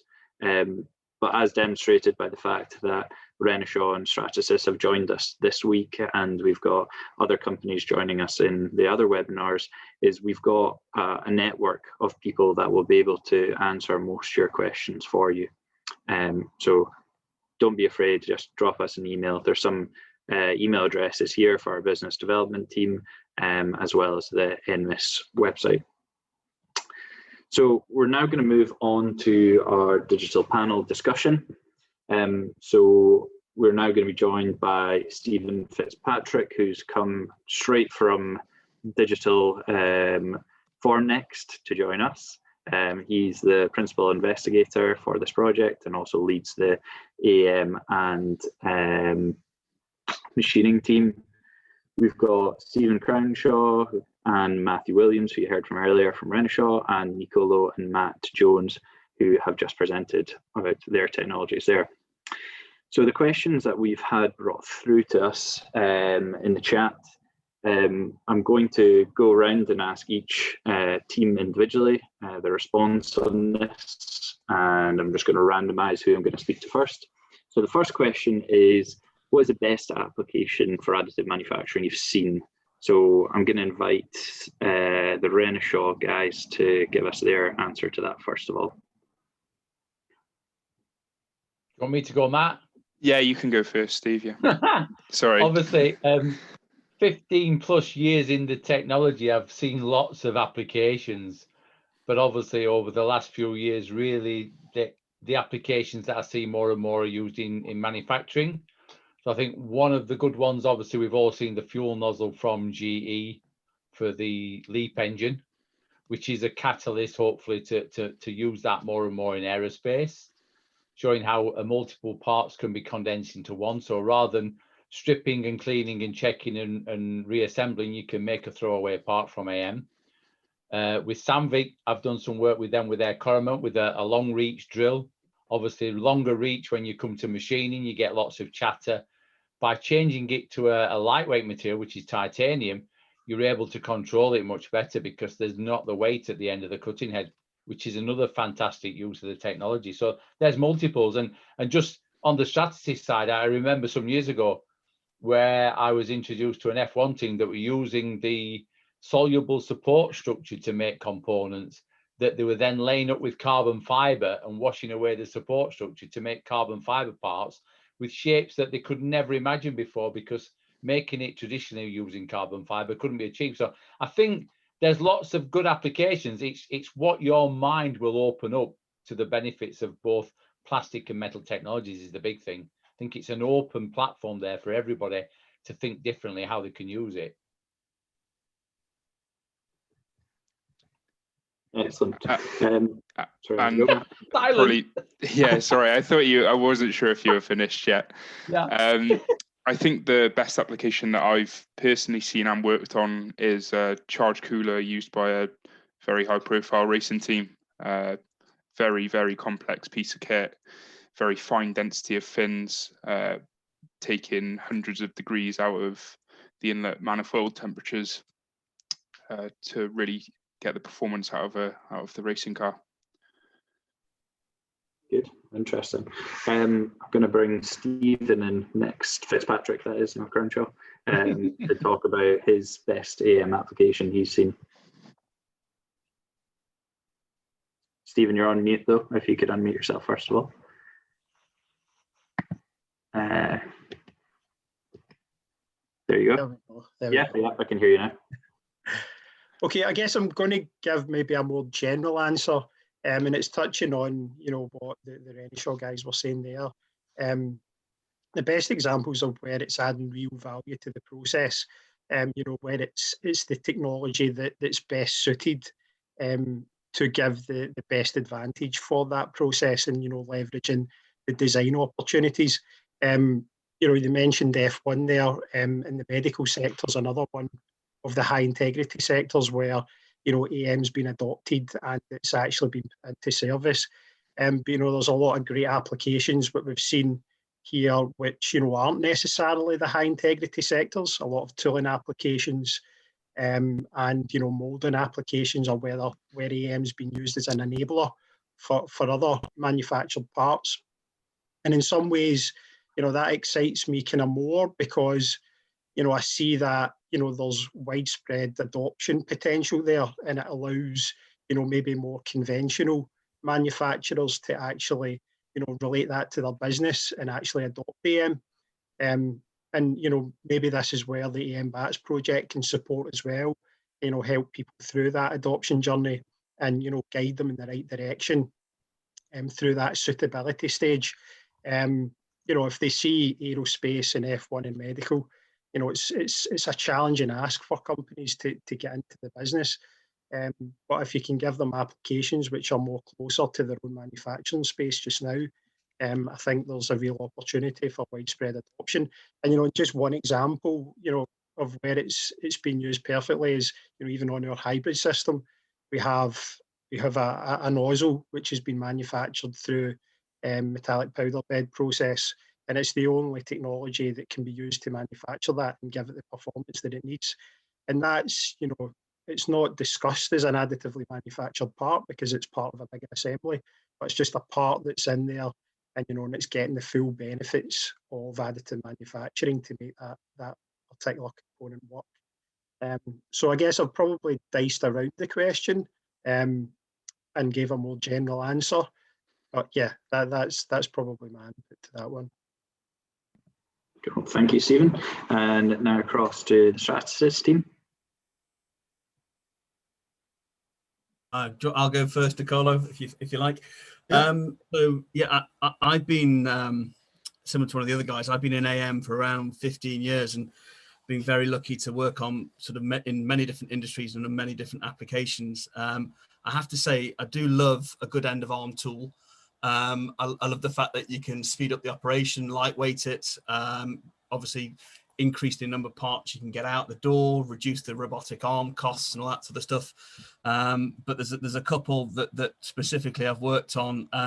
One was an impeller design that sort of sits on around 4,000 feet below the surface of the water, and it's designed to shift every 40 minutes the same amount of salt water that's in an Olympic swimming pool.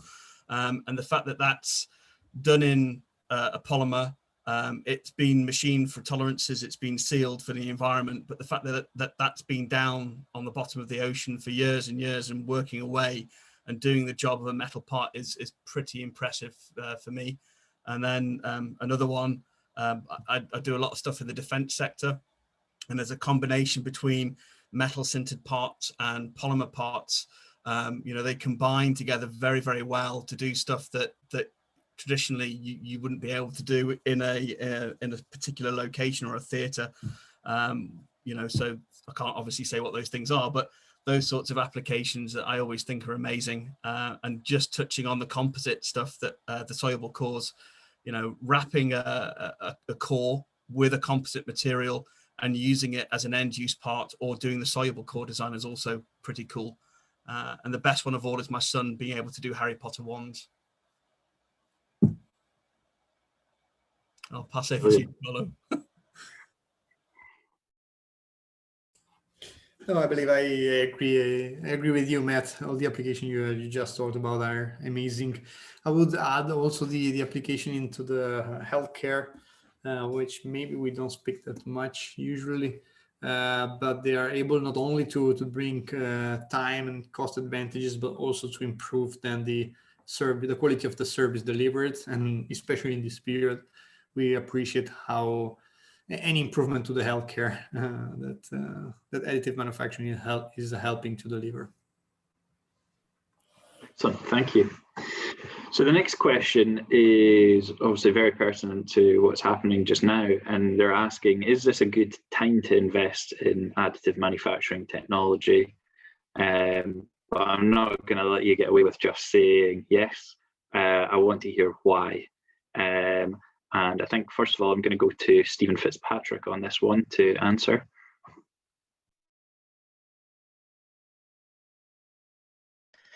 That's a difficult one. Sorry, I'm off mute now. So, I guess it's a difficult time for everybody just now. businesses are struggling to survive, just make ends meet. I guess, however, there's a lot of funding opportunities out there at the moment where, companies can tap into, from a COVID recovery perspective.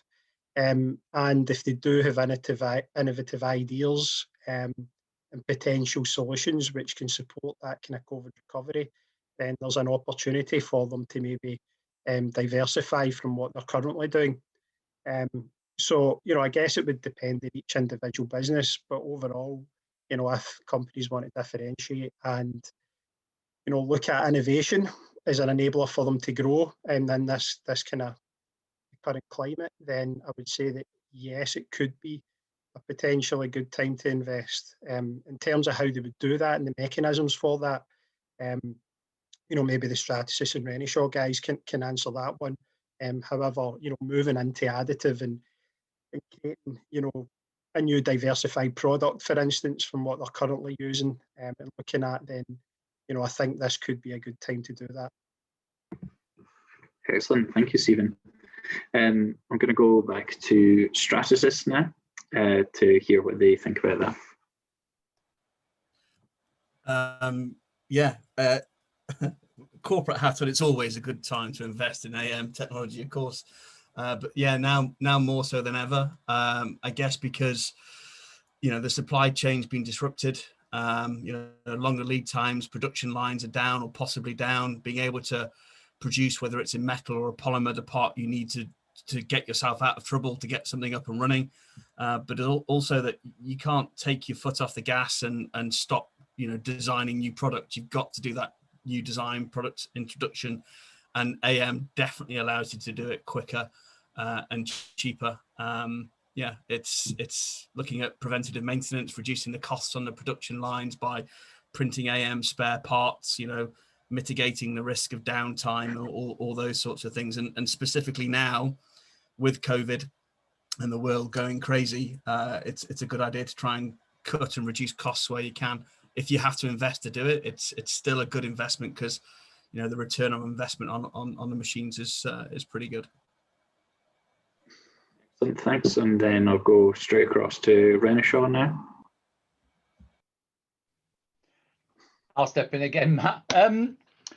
Is it a good time to invest in AM technology, and why? There's always a good reason to invest in technology for a business if you look at it from what can it do for you. And I talk to a lot of people now about what's your 5 and 10 year plan for your business. Where do you want to be in the future? Because we see a lot of traditional manufacturing companies who are seeing AM come onto the horizon and are being involved in it from a perspective that they might be doing the downstream process. So they might be machining a lot of AM components. The question for them is, do they want to buy a more machine tool to keep machining components for people? Or do they want to diversify into having this technology on their own shop floor? And that's the question everybody has to ask themselves. There's always the right time. Even what we're going through now, because I think, it's given everybody a bit of a time to review the new technologies out there and the benefits that AM can make. I mean, if you look at some of the stuff that was printed for the ventilator challenge with the masts and things like that, there was a lot of high profile in AM given, So, I think a lot more people have looked at this and said, right, is that a business for me? And like you were saying, if you invest in AM, your return on investment is always going to be there, because this technology is probably, the new industrial revolution with it, and it's not going to go away. It's just, when can you justify and when can you afford to do it? People will say you can never afford to do it, but you don't want to miss this boat. And I think that's what we're seeing more and more. People are prepared more to plunge in because they see the longevity of this technology and the potential growth in it to enhance their own business. Yeah, and I think that's a really good way to put it, is that, and also to think about the fact that this is no longer a kind of like hobbyist thing for just prototyping or making things for fun. Is a proper engineering process, as we've demonstrated today.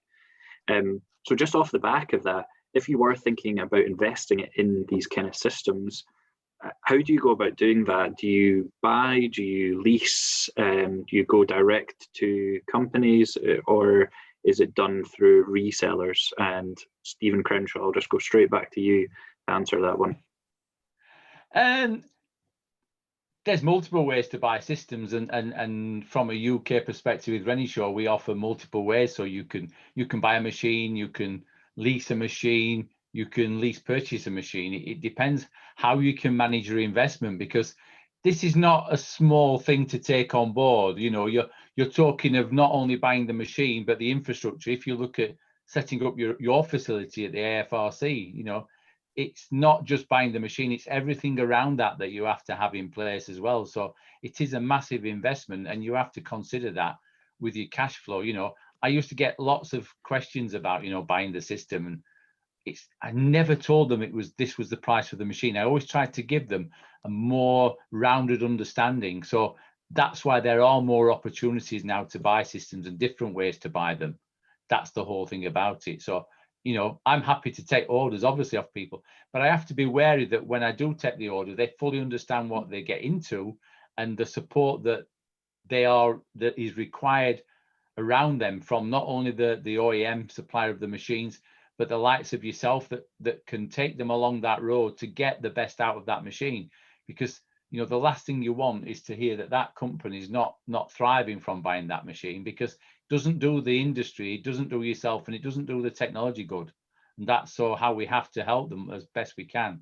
So it's not about selling the machine, it's making them understanding. So when they buy it, we fully commit, all of us, to make it work for them, I think, is the best thing. Okay, so just to summarize there, though, speak to Renishaw direct about Renishaw systems. Yeah. Okay. Team from Stratasys. I'll jump in again, being the UK chap. So we've got 3 resellers in the UK that you can reach out directly to purchase machines from. We don't sell direct, so that sort of answers the question. But from an engineering point of view, it's always application validation first. It's always a case of make sure we have a material that is suitable for a given application, which with the right certification, which then sells the machine. And we do that via, obviously, currently web access and stuff, but normally walking the shop floor, looking at what you guys or customers do and how we can work with you to resolve the issues or save you money and time.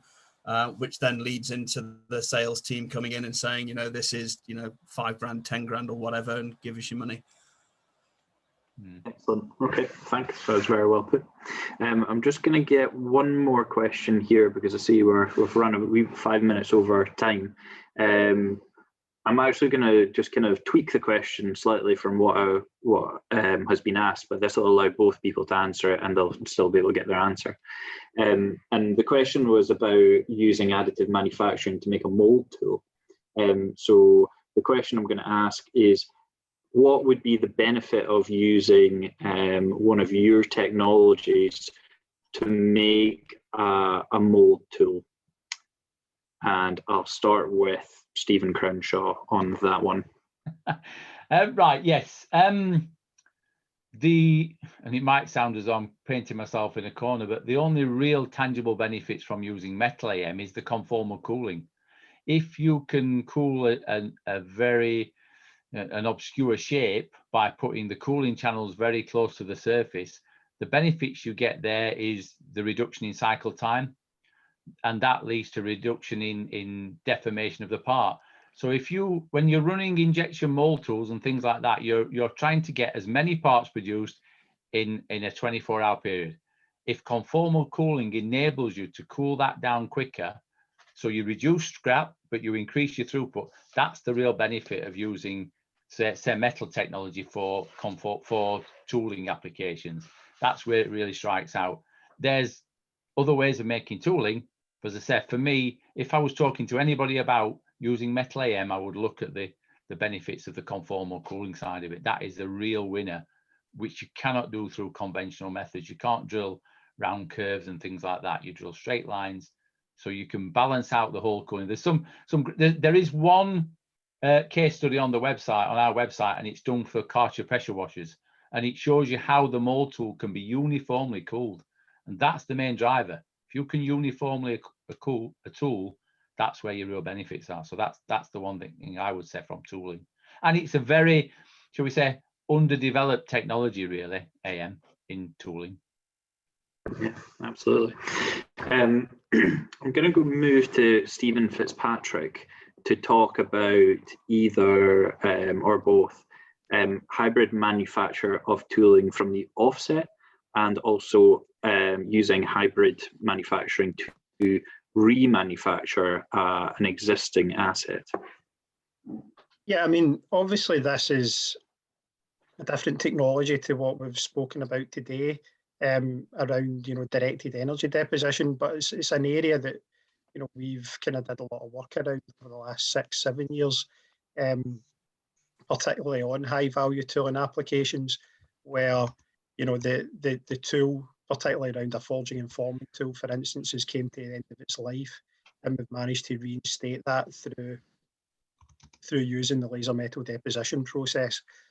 So that's, required, both quite complex geometry creation for around flashlands and into cavities, and also, a lot of work on the analysis side to ensure that, that's going to actually achieve the correct material mechanical properties to function in service. So, we've developed quite a lot of that, and in a project called Digital, we achieved 120% improvement in the die life performance of some high value forging tooling, and that was in service. And through the hybrid process, because it is a tooling application and you don't need to look at additional heat treatment cycles afterwards, then you can actually finish on the one platform. So remove your material, add more material, and then finish back to geometric conditions. So that's been an excellent use of additive for high value tooling applications in forging and forming. Excellent, thank you. And I suppose you probably could look at remanufacturing a tool that was previously manufactured by powder bed, as Stephen Crenshaw was suggesting just there. Yeah, you can also open it up to actually, building it into the original design, creating higher integrity areas and specific features, for getting extra life out of the component or the die, from the offset rather than waiting until it's remanufactured. So yeah, so you're using expensive and high performance materials just in the areas that they're needed. Brilliant. Yeah. So I'll move across to Stratasys as well now to answer that one. So on the forming tools, from the sort of plastic side of it, we do an awful lot in metal forming, thermoforming, polyurethane mold tools, injection mold tools, composite forming tools, but they're not there for sort of like hundreds of thousands of parts. They're there for those sort of small batch productions, a few hundred of, or maybe up to 1,000 of. PolyJet's very good for injection mold tools, but again, you're not going to get hundreds of parts, maybe 50 to maximum 80 or 100 parts, depending on how you design it.